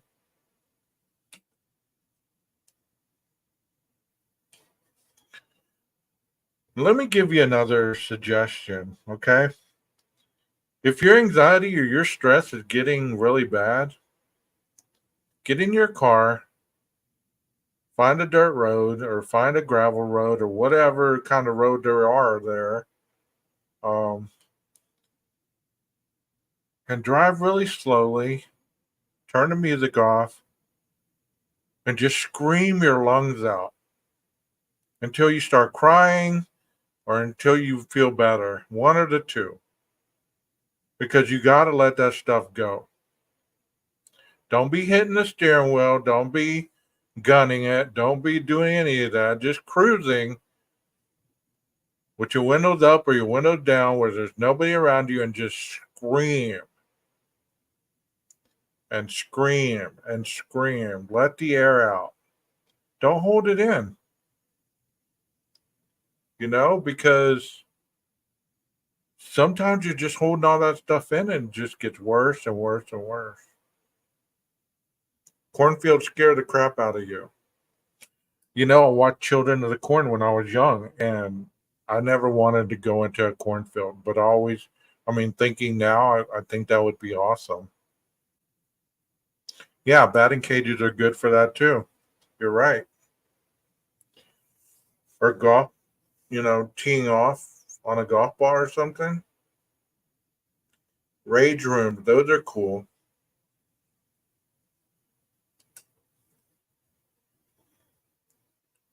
Yeah, I think I would have fun in a rage room. You just get to bust stuff up and just go just go crazy, break stuff. It's just one of those days when you don't want to wake up. Everything that's around you, everybody sucks. Do y'all know who sang that? Did it all for the nookie. Cookie. You can take the cookie. A smash room would be cool too.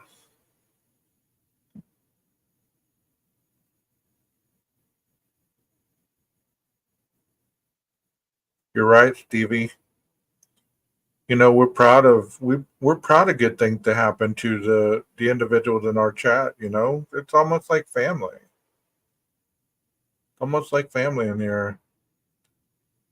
You realize that I only had like one or two people, one or two people in this whole chat thing when I first started.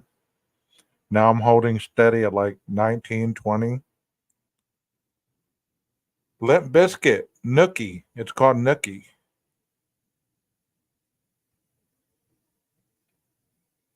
$20 acres. Wow. I need to go where you're at, man. I need to shoot my gun. Need to shoot my gun. That's what I want to do this weekend.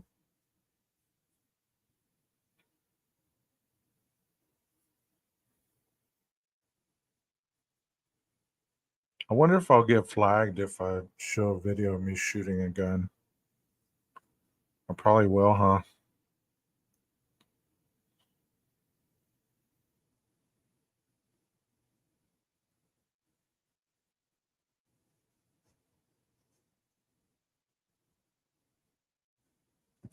Y'all are just going and going. I can't keep up with what y'all are talking about. But that's cool regardless. You know, we're almost at 2 hours. And Jeff H has not made his presence felt again. He must be over there in Tommy's live. Because Tommy's live, so he's probably over there lurking.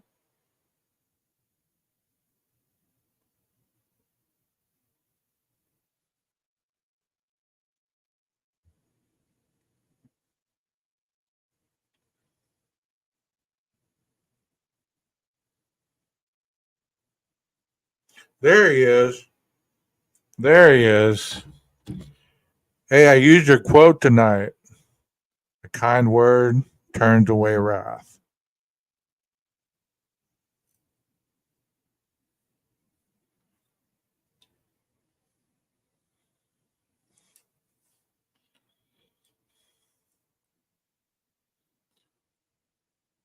You know, I bought some mac and cheese that has some jalapeno and cheese in it.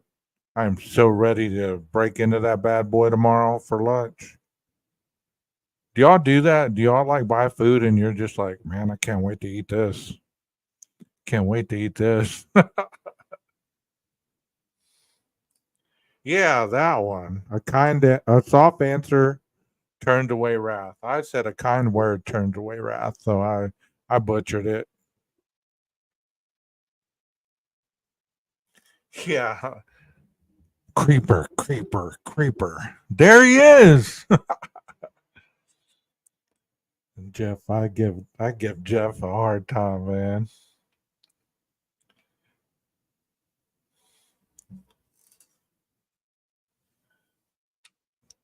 You know, I was noticing in the grocery store tonight because I usually haven't been.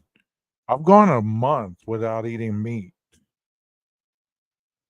and I'm tired of chicken and I'm tired of fish, right? So I was looking at the healthy choice meals, right? And those things look delicious on the package. So I bought a couple. See how they are because if they're good, that's gonna be my go-to. Like, you know, I don't have the patience to sit around and cook like that because I'm usually starving by the time I eat. So I don't have a lot of time to mess around. You know, I need the food to be cooked in like 3 to 5 minutes. Have any of y'all eaten those healthy choice meals? Do y'all know if they're any good? Do they taste good or what? A creeper and a guilter. Wow. You remember that night that guy who came in here and started calling me a guilter, Jeff? We were talking about something and he just kept on. And he was the only guy in the chat or girl or whoever it was. And they just kept going on and on and on. Okay. I'm excited to look at them because one of them is like squash and rice and something else. And the other one's like cauliflower and all kinds of stuff. So they look pretty good.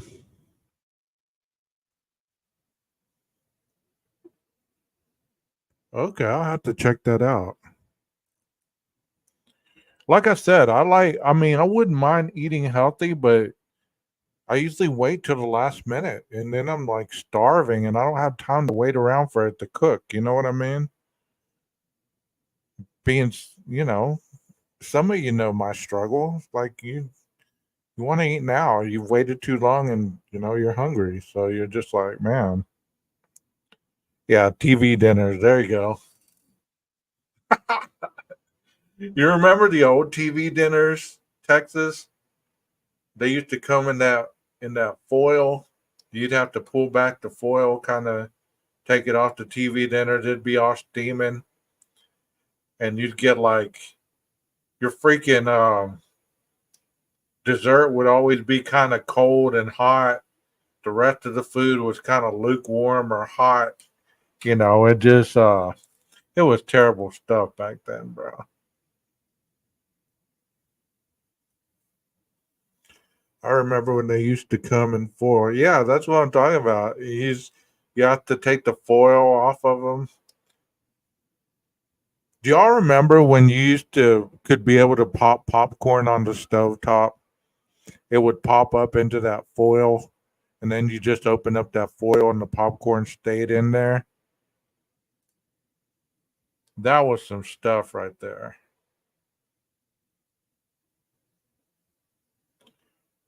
No, I've never tried that. I've wanted to try either freshly or what the other one? Factor? Icon? Oh, I've eaten Icon meals. Those are delicious. Yeah, Jiffy Pop. Hey, Swamp Bros. Thank you for joining us. Oh, they still have the Jiffy Pop at this. Okay.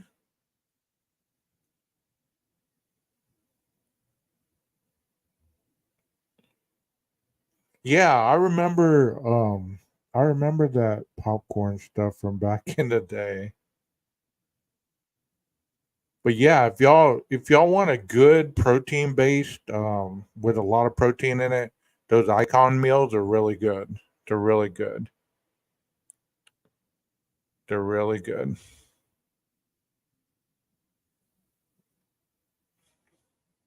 I didn't know you could still buy that. That's awesome.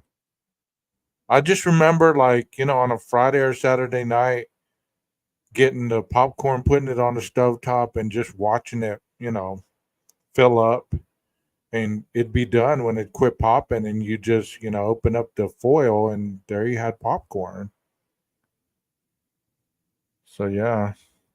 How you been, Swamp? I noticed your live. I mean not your live, your upload earlier. Good stuff. Good stuff. If y'all haven't I think everybody's been over to Swamp Rose's channel, but if you haven't, you might check out her channel. She has some good Idaho 4 stuff going on. Yeah, factor meals. That's what it's called. Factor meals. I mean, because sometimes you just don't have the time to cook. I mean, and you don't want something that just tastes so bland that it just ruins your appetite. You're so welcome. Yeah. Yeah. Yeah, I've tried the crock pot stuff. I've made some chicken breast and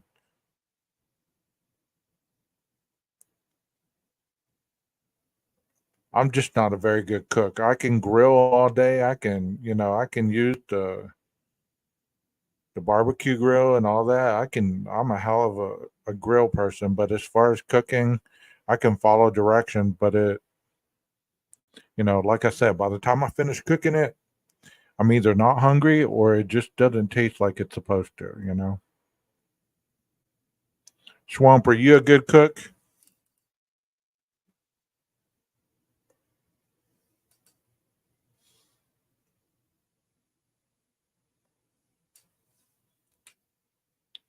How about you, Rhonda? You a good cook? Texas, you a good cook? Dutch oven. Okay. 100%, 1,000%. Okay.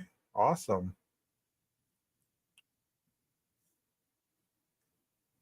Hello Fresh for a while. I gave me some excellent. Okay. Yeah, I've heard of all that stuff, and I've been wanting to find some people that have tried those because, like I said, some of those are really bland, and you want to get some good taste and stuff. I don't know about you, but I like stuff with some flavor.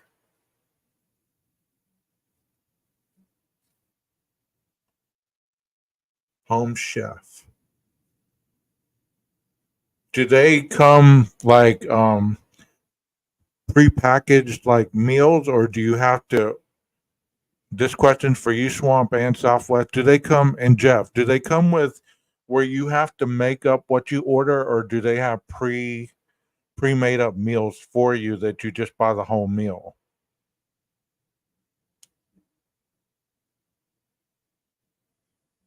Because I mean, if I would rather buy like the whole meal, like having the entree, the meat, the vegetable, and whatever.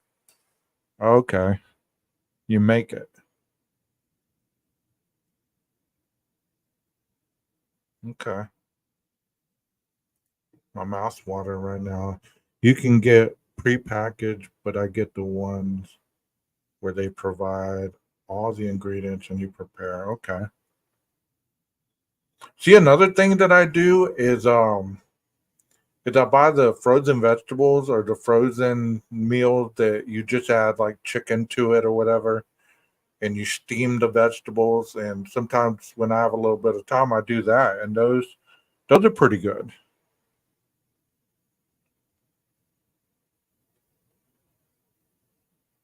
Jeff, just don't forget to leave the burner on. Factor is pretty legit. Okay,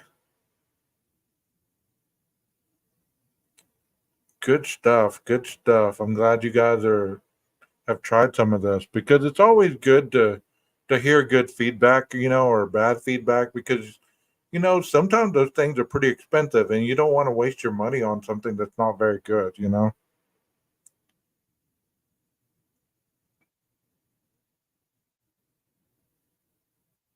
Anytime we meet up on a live, we all like, yeah. They have Jiffy Pop at Walmart. Okay. The saffron road stuff tastes better than factor meals. My stepson gets those packages. They're awesome. Okay. Good deal. Like I said, I want to get some kind of meal plan where I can get on a routine where I can because I'm very routine orientated. Like if I get meals or whatever that I'm gonna eat for lunch or dinner or even breakfast, I won't deviate from that. As it is, you're like I go to the breakfast places in the morning and they know me by name almost. You know what I'm saying? Like you pull up, they already have your meal ready for you, and you're like, "Oh, thank you." That's how consistent I am with these places. So if I was able to get these meals already prepackaged or something, I know definitely that I would be able to be more responsible with some of with some of the eating habits that I have. I have a coffee addiction. I have a tea addiction. I have all those stuff. Like those places are like, oh, here you go. Like, thank you. We're glad you came. You're keeping us in business. You're our, at one place they give you like points, and you get so many points, you get like a half off for your tea, or you even get a free tea or something like that. And you think you're like saving, but you've already spent $500 on their product, and they're giving you a $3 tea. You know what I mean? So yeah, like tonight, like I said, I was at the grocery store and I bought that latte, that Starbucks latte, caramel latte, I think it is, or something, and it's pretty good. Yeah, I'm gonna get there. I'm gonna get there, Rondi. I'm gonna get there.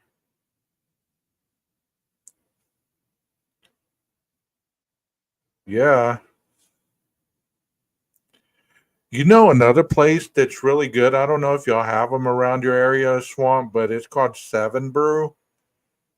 If y'all have that around your area, get a blondie. That coffee is amazing. That or Dutch Brothers. You know, Dutch Brothers are good too.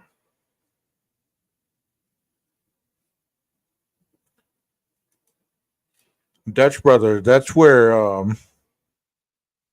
Kaylee worked, right? I think she worked there.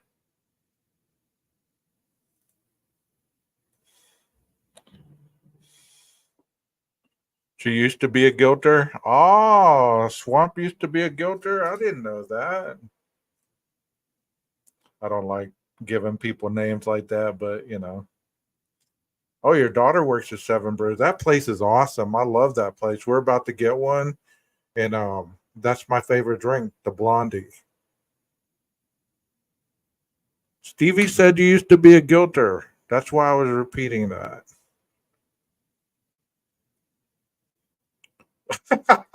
You're right, Jeff. You're right. You pull into the Starbucks. There's Lamborghinis, Mercedes, all kinds of stuff. Dutch Brothers is your favorite. I can see why. They have some good coffee. Seven Brews are good too.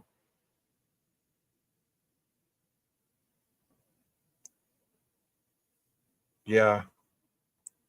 I wish we had a Dutch Brothers. Their coffee is different. They're just different. Yeah, I do too, Swamp. I don't like labels at all.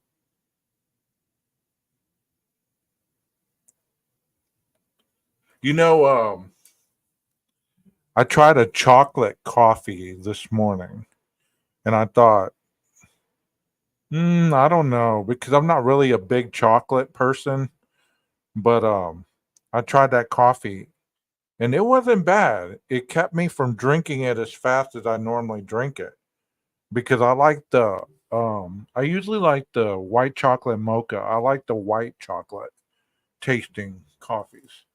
And this was just like chocolate, and I was like, man, this doesn't taste bad, but it's not something that I'd be getting every day, you know? Yeah, lattes are good.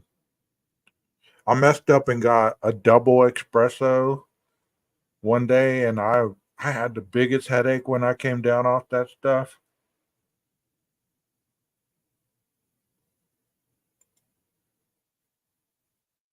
Sweet and salty is good. Okay, I'll have to try that. Cafe mocha. Okay.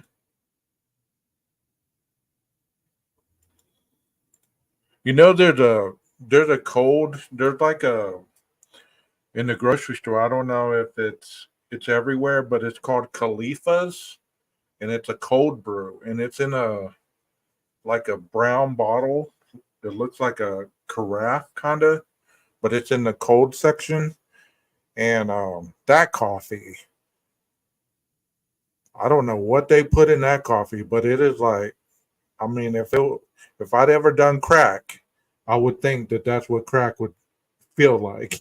You know what I mean? It's just like, man, pistachio, sugar. You're right. You're right, Southwest Firefly.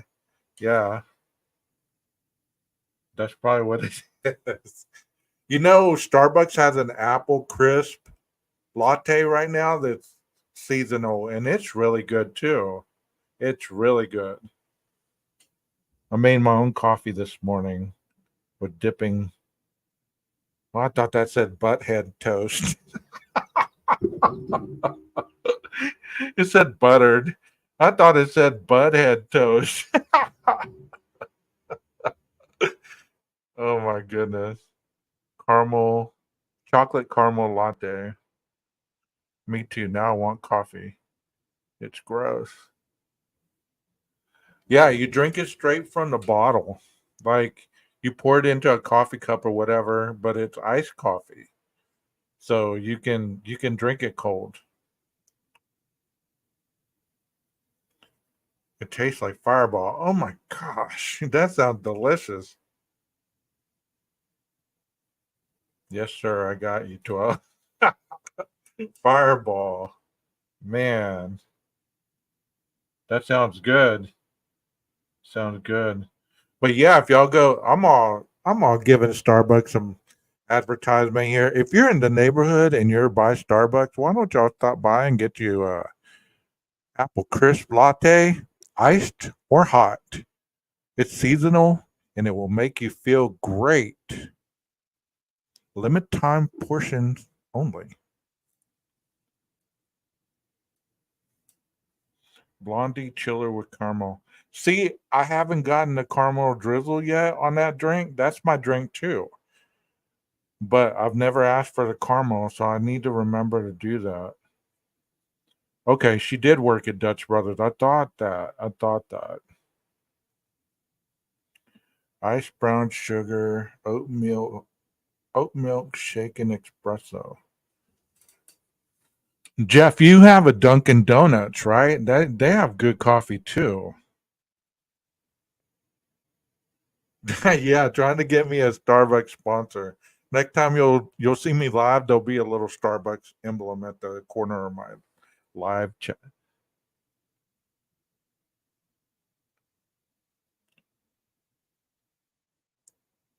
Espresso machine, worth the money. Okay.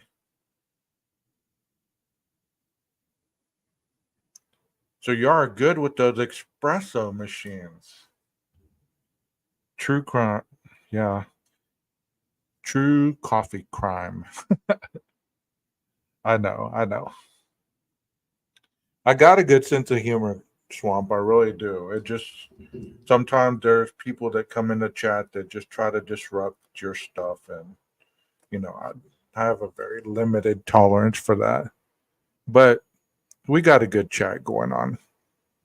It hasn't been bad in a while.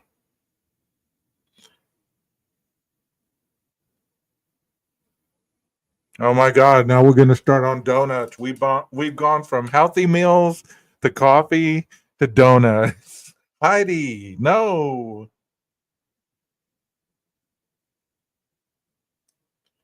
Oh, I haven't had a fresh donut since COVID. Oh my gosh, I don't even know who had the best donuts. I know y'all have heard of Krispy Kreme, right? I know y'all have heard of that, right? I don't think that's just a regional thing. Their donuts are pretty good, but only when they're fresh. Pumpkin donuts. I've never had that. Do they taste like pumpkin pie?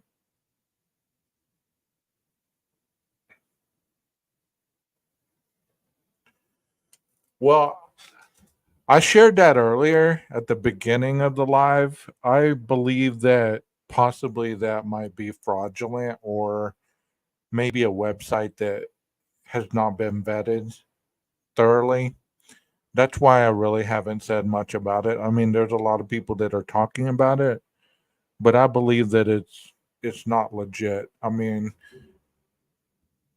I was looking at somebody in the comments and they pulled up a document of what a Brady report really looks like, and it is kind of I had the header and everything of the document, so it looked a lot more legit on that header page that lady pulled up than what is on the website.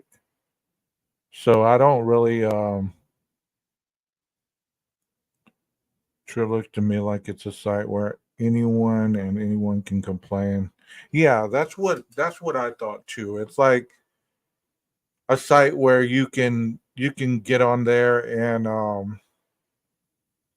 and just type in anybody's name that you feel is in the legal system and complain about them. It looks like a rant and rave page. So, I don't really think it's legit, but I could be wrong. I mean, not above being wrong, but it doesn't seem legit to me. Just because it says Idaho on the top of it, I've never heard of a Brady Giglio website where you can actually put stuff like that. And another thing that really got me going on that swamp is the Brady Giglio is based on criminal cases. So when that when they were reading the description at the bottom of the page where they were talking about the husband talking about the case had been they hadn't heard about the case or whatever. I was wondering what kind of criminal case that would have been. Would it have been domestic violence? Would it have been battery and assault? Would it have been, something like that? But they didn't mention the case. They just mentioned the allegations. So you would think that it'd be more descriptive as far as the case, not just having all those documents uploaded on there. So I don't know. I don't know. That's as far as I've researched it because I watched two creators talk about it, and one of them was more than certain that it was real, and the other one was not so certain. And I tend to go with the one who really didn't think it was real because as much as I guess you spot it, you got it. I guess we have the same type of personality, so sometimes I can take her and sometimes I can't. So I was listening to her and I was like, okay, I feel you on that. So I agreed with her. So yeah. So we'll see. As far as Brady Giglio, I wouldn't believe that a prosecutor would be above being put on that list, but you would need some kind of specific pattern of biasness. Like they said it was bias, right? As I did the Brady Giglio, let me see if I can pull mine up so I can put the list of what the Brady Giglio violations are because I can't just tell you off the top of my head.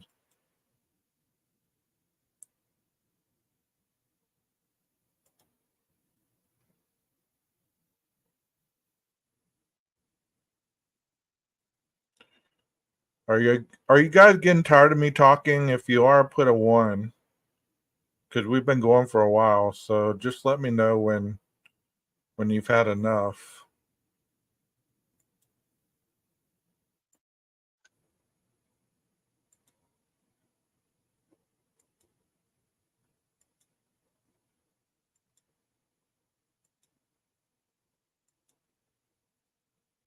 Okay, that's not the one I wanted. We did one together, didn't we, Swamp? A Brady Giglio one? I thought we did.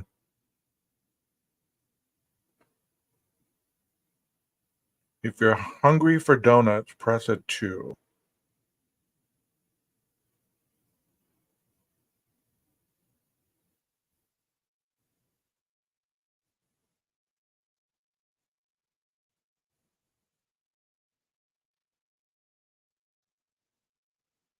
Yes, we did. Here it is right here.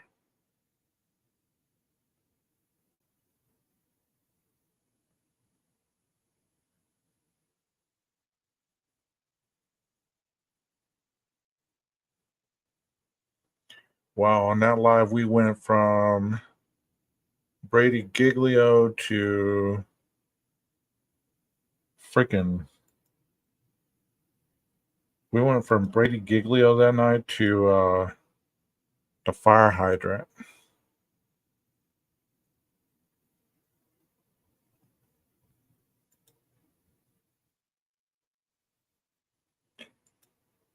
I'm going to pull up the slideshow. It's easier than to find a video of it. Y'all can hang with me here.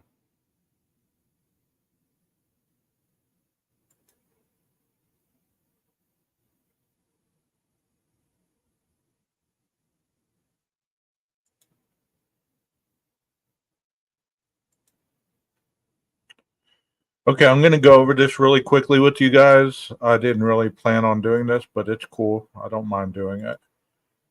That way you guys kind of understand what I'm talking about. Since we're talking about the Brady motion, which everybody's talking about in this case right now, It's a defendant's request for any prosecution in a criminal case to turn over any potentially exculpatory evidence, which means evidence that may be favorable to the accused. One that they're talking about,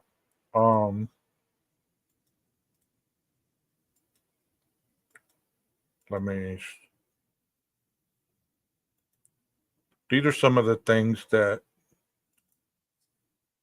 are part of the Brady Giglio. One of them is the statement of truth, the statement that another person committed the crime, whether law enforcement believe it or not.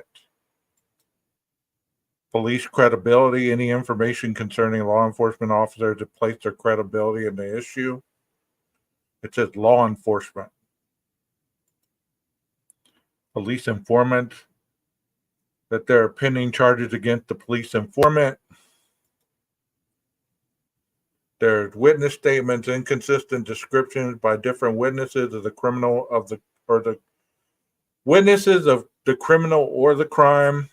The investigation was flawed, that the police had other leads and information that they failed to follow up on or investigate.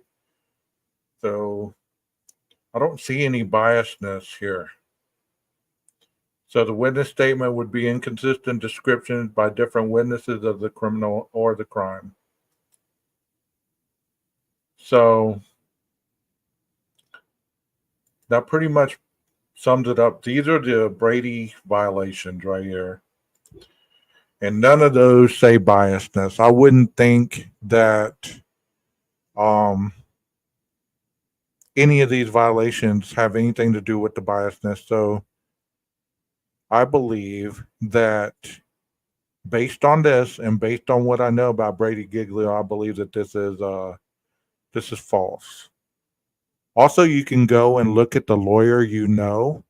He has a video that we did that night, Swamp, where he was talking with his dad about the Koberger case, where he was talking about Brady Giglio as well. So it kind of goes along the same line as this.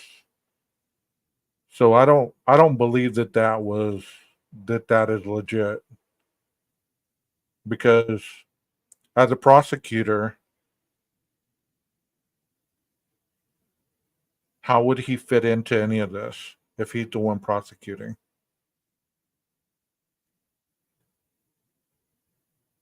Usually, Brady Giglio is against police officers or investigators or witnesses or other individuals that are testifying,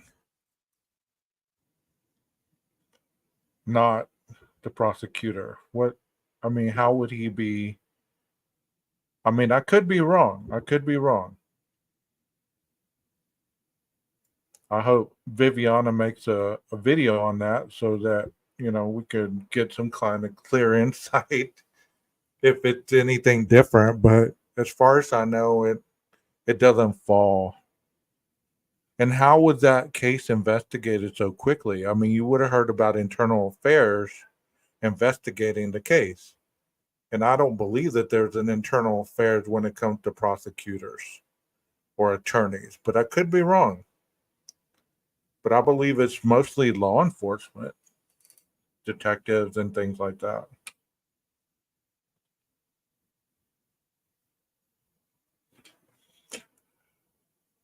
I listened to her message, and I like how she breaks it down most of the time. I haven't really caught her on any kind of inconsistency. So the consistency factor, I like that about people when they're consistent like that. That's how, you kind of gauge people based on their words and their actions. So if they're consistent like that and they're not all over the place most of the time, then they're pretty legit, When a violation by the prosecutor be sanctions and or contempt. I believe that a person can't just file like she filed the Brady violation against them, right? How can a civilian file a Brady violation on a prosecutor? How's that possible? You get what I'm saying? Most of the time, it's internal, where if there has been a complaint, the person complains to the internal affairs or whoever's over the prosecutor, and they do their own investigation and they do the sanctions, or they put them on the list. The person complaining or whatever does not put you on a Brady list. So it could be taken out of context as well, you know? Oh, it's cool. Just go back in the library and there's videos on Brady Giglio if you want to learn on all that. I don't really want to, talk about that the long term because there's videos in there. There's actually two of them, and there's two exculpatory videos as well.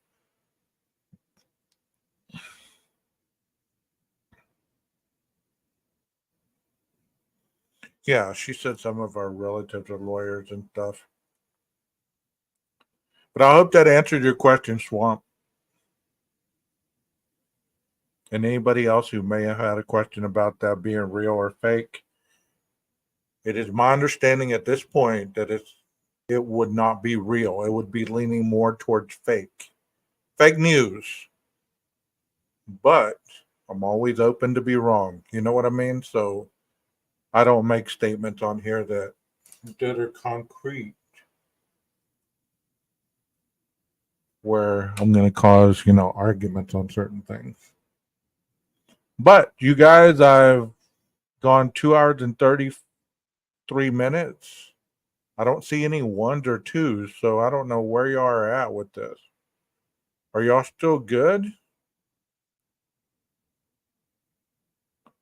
Put a 1 if you are still good with the conversation.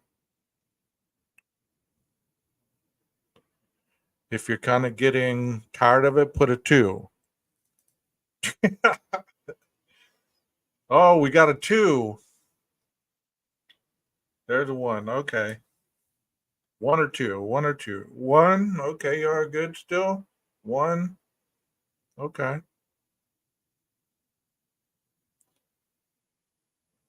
No Idaho. Okay, I got you. I don't really want to talk on Idaho tonight. I really don't. I've been talking about pretty much everything but that. I'll just clarify that for Swamp. Most of our videos are very short, so they are fast and get through. Last night, I think, was around 45 minutes. Yeah. I mean, I bet when people go to replay mine, they're like, oh my God, 3 hours and 33 minutes? I'm going to have to watch this in a week's time. I'm going to have to watch this in a week's time. So, but it's cool. I'm sure they either watch it or they don't. Somebody's watching it because I do have views. Sometimes I even get like a lot of views on certain videos, and which is cool. I try to do the very little one during the day. So if you're on the YouTube streets and you're looking for something pretty quick, I try to do those uploads during the day. You're welcome, Swamp. I hope that helped out. The short upload during the day, because I don't have a lot of time to even talk on them or anything else. So I try to put stuff together that, kind of goes along with what the content is on my page. That's cool. You want a participation trophy? All right, I'll get you a nice little star sticker. Will that work? I liked your comment, though. I liked your comment. Can you dig it, sucker? Well, thank you, Glitter. Thank you. The gym's open 24 hours, so it doesn't really matter what time I go there. I usually like going when there's not a lot of people, because I don't know. I'm just very picky about the gym. I don't like it to begin with, but it's a affiliation to the gym that that I pay a monthly due to. So You know, I'm not going to go to another gym just because I don't like the atmosphere. You know, it just seems to, I don't know. I don't like when people are slamming weights down and they don't re-rack their weights or stuff like that. It's just a pet peeve of mine. Like if you can't lift it without slamming it down or grunting and all this other stuff, then you shouldn't be lifting the weight. You need lighter weight, you know? But that's just my opinion. That's just my opinion. But anyways, I hope that you guys enjoyed this. I'm gonna play a little bit of music, then I'm gonna sign off. Um, maybe I'll get on here this weekend if Jeff doesn't have anything going on. He can try to teach me how to play guitar, and y'all can watch me stumble through it. What kind of workout do you like it showing off when they do that? Yeah, just showing off. I mean, especially when they're doing curls and they don't have good form and they're kind of jerking their arms up like that when they're doing curls. It's just a waste. It's just a waste. You know, just a waste. Yeah, I mean, if if Jeff can do that, I will get on here live and I will try to follow along with Jeff while he's playing guitar to see if I can learn how to play a song. So you too, Swamp. You have a good night. Have a good weekend. So you guys just kind of keep it in the back of your mind. I might be live this weekend or I might not. So um you guys have an awesome night. Thank you so much for your kindness, your chat, and all this stuff that you give to this channel that's on a positive light. Just remember, if you're struggling through anything and you can't get through it alone, always, always find some help some way, somehow. There's, emergency rooms are open 24 hours a day. Do not be worrying about the bill. Go get you some help. Call the hotlines, whatever it is that you need to do, because you do not need to be struggling alone. Okay? Always try to find you some kind of help. Nobody's going to judge you. Nobody's going to judge you. So try to remember that. Can you dig it? Can you dig it? If you can't, get your biggest shovel. Maestro, cue that music.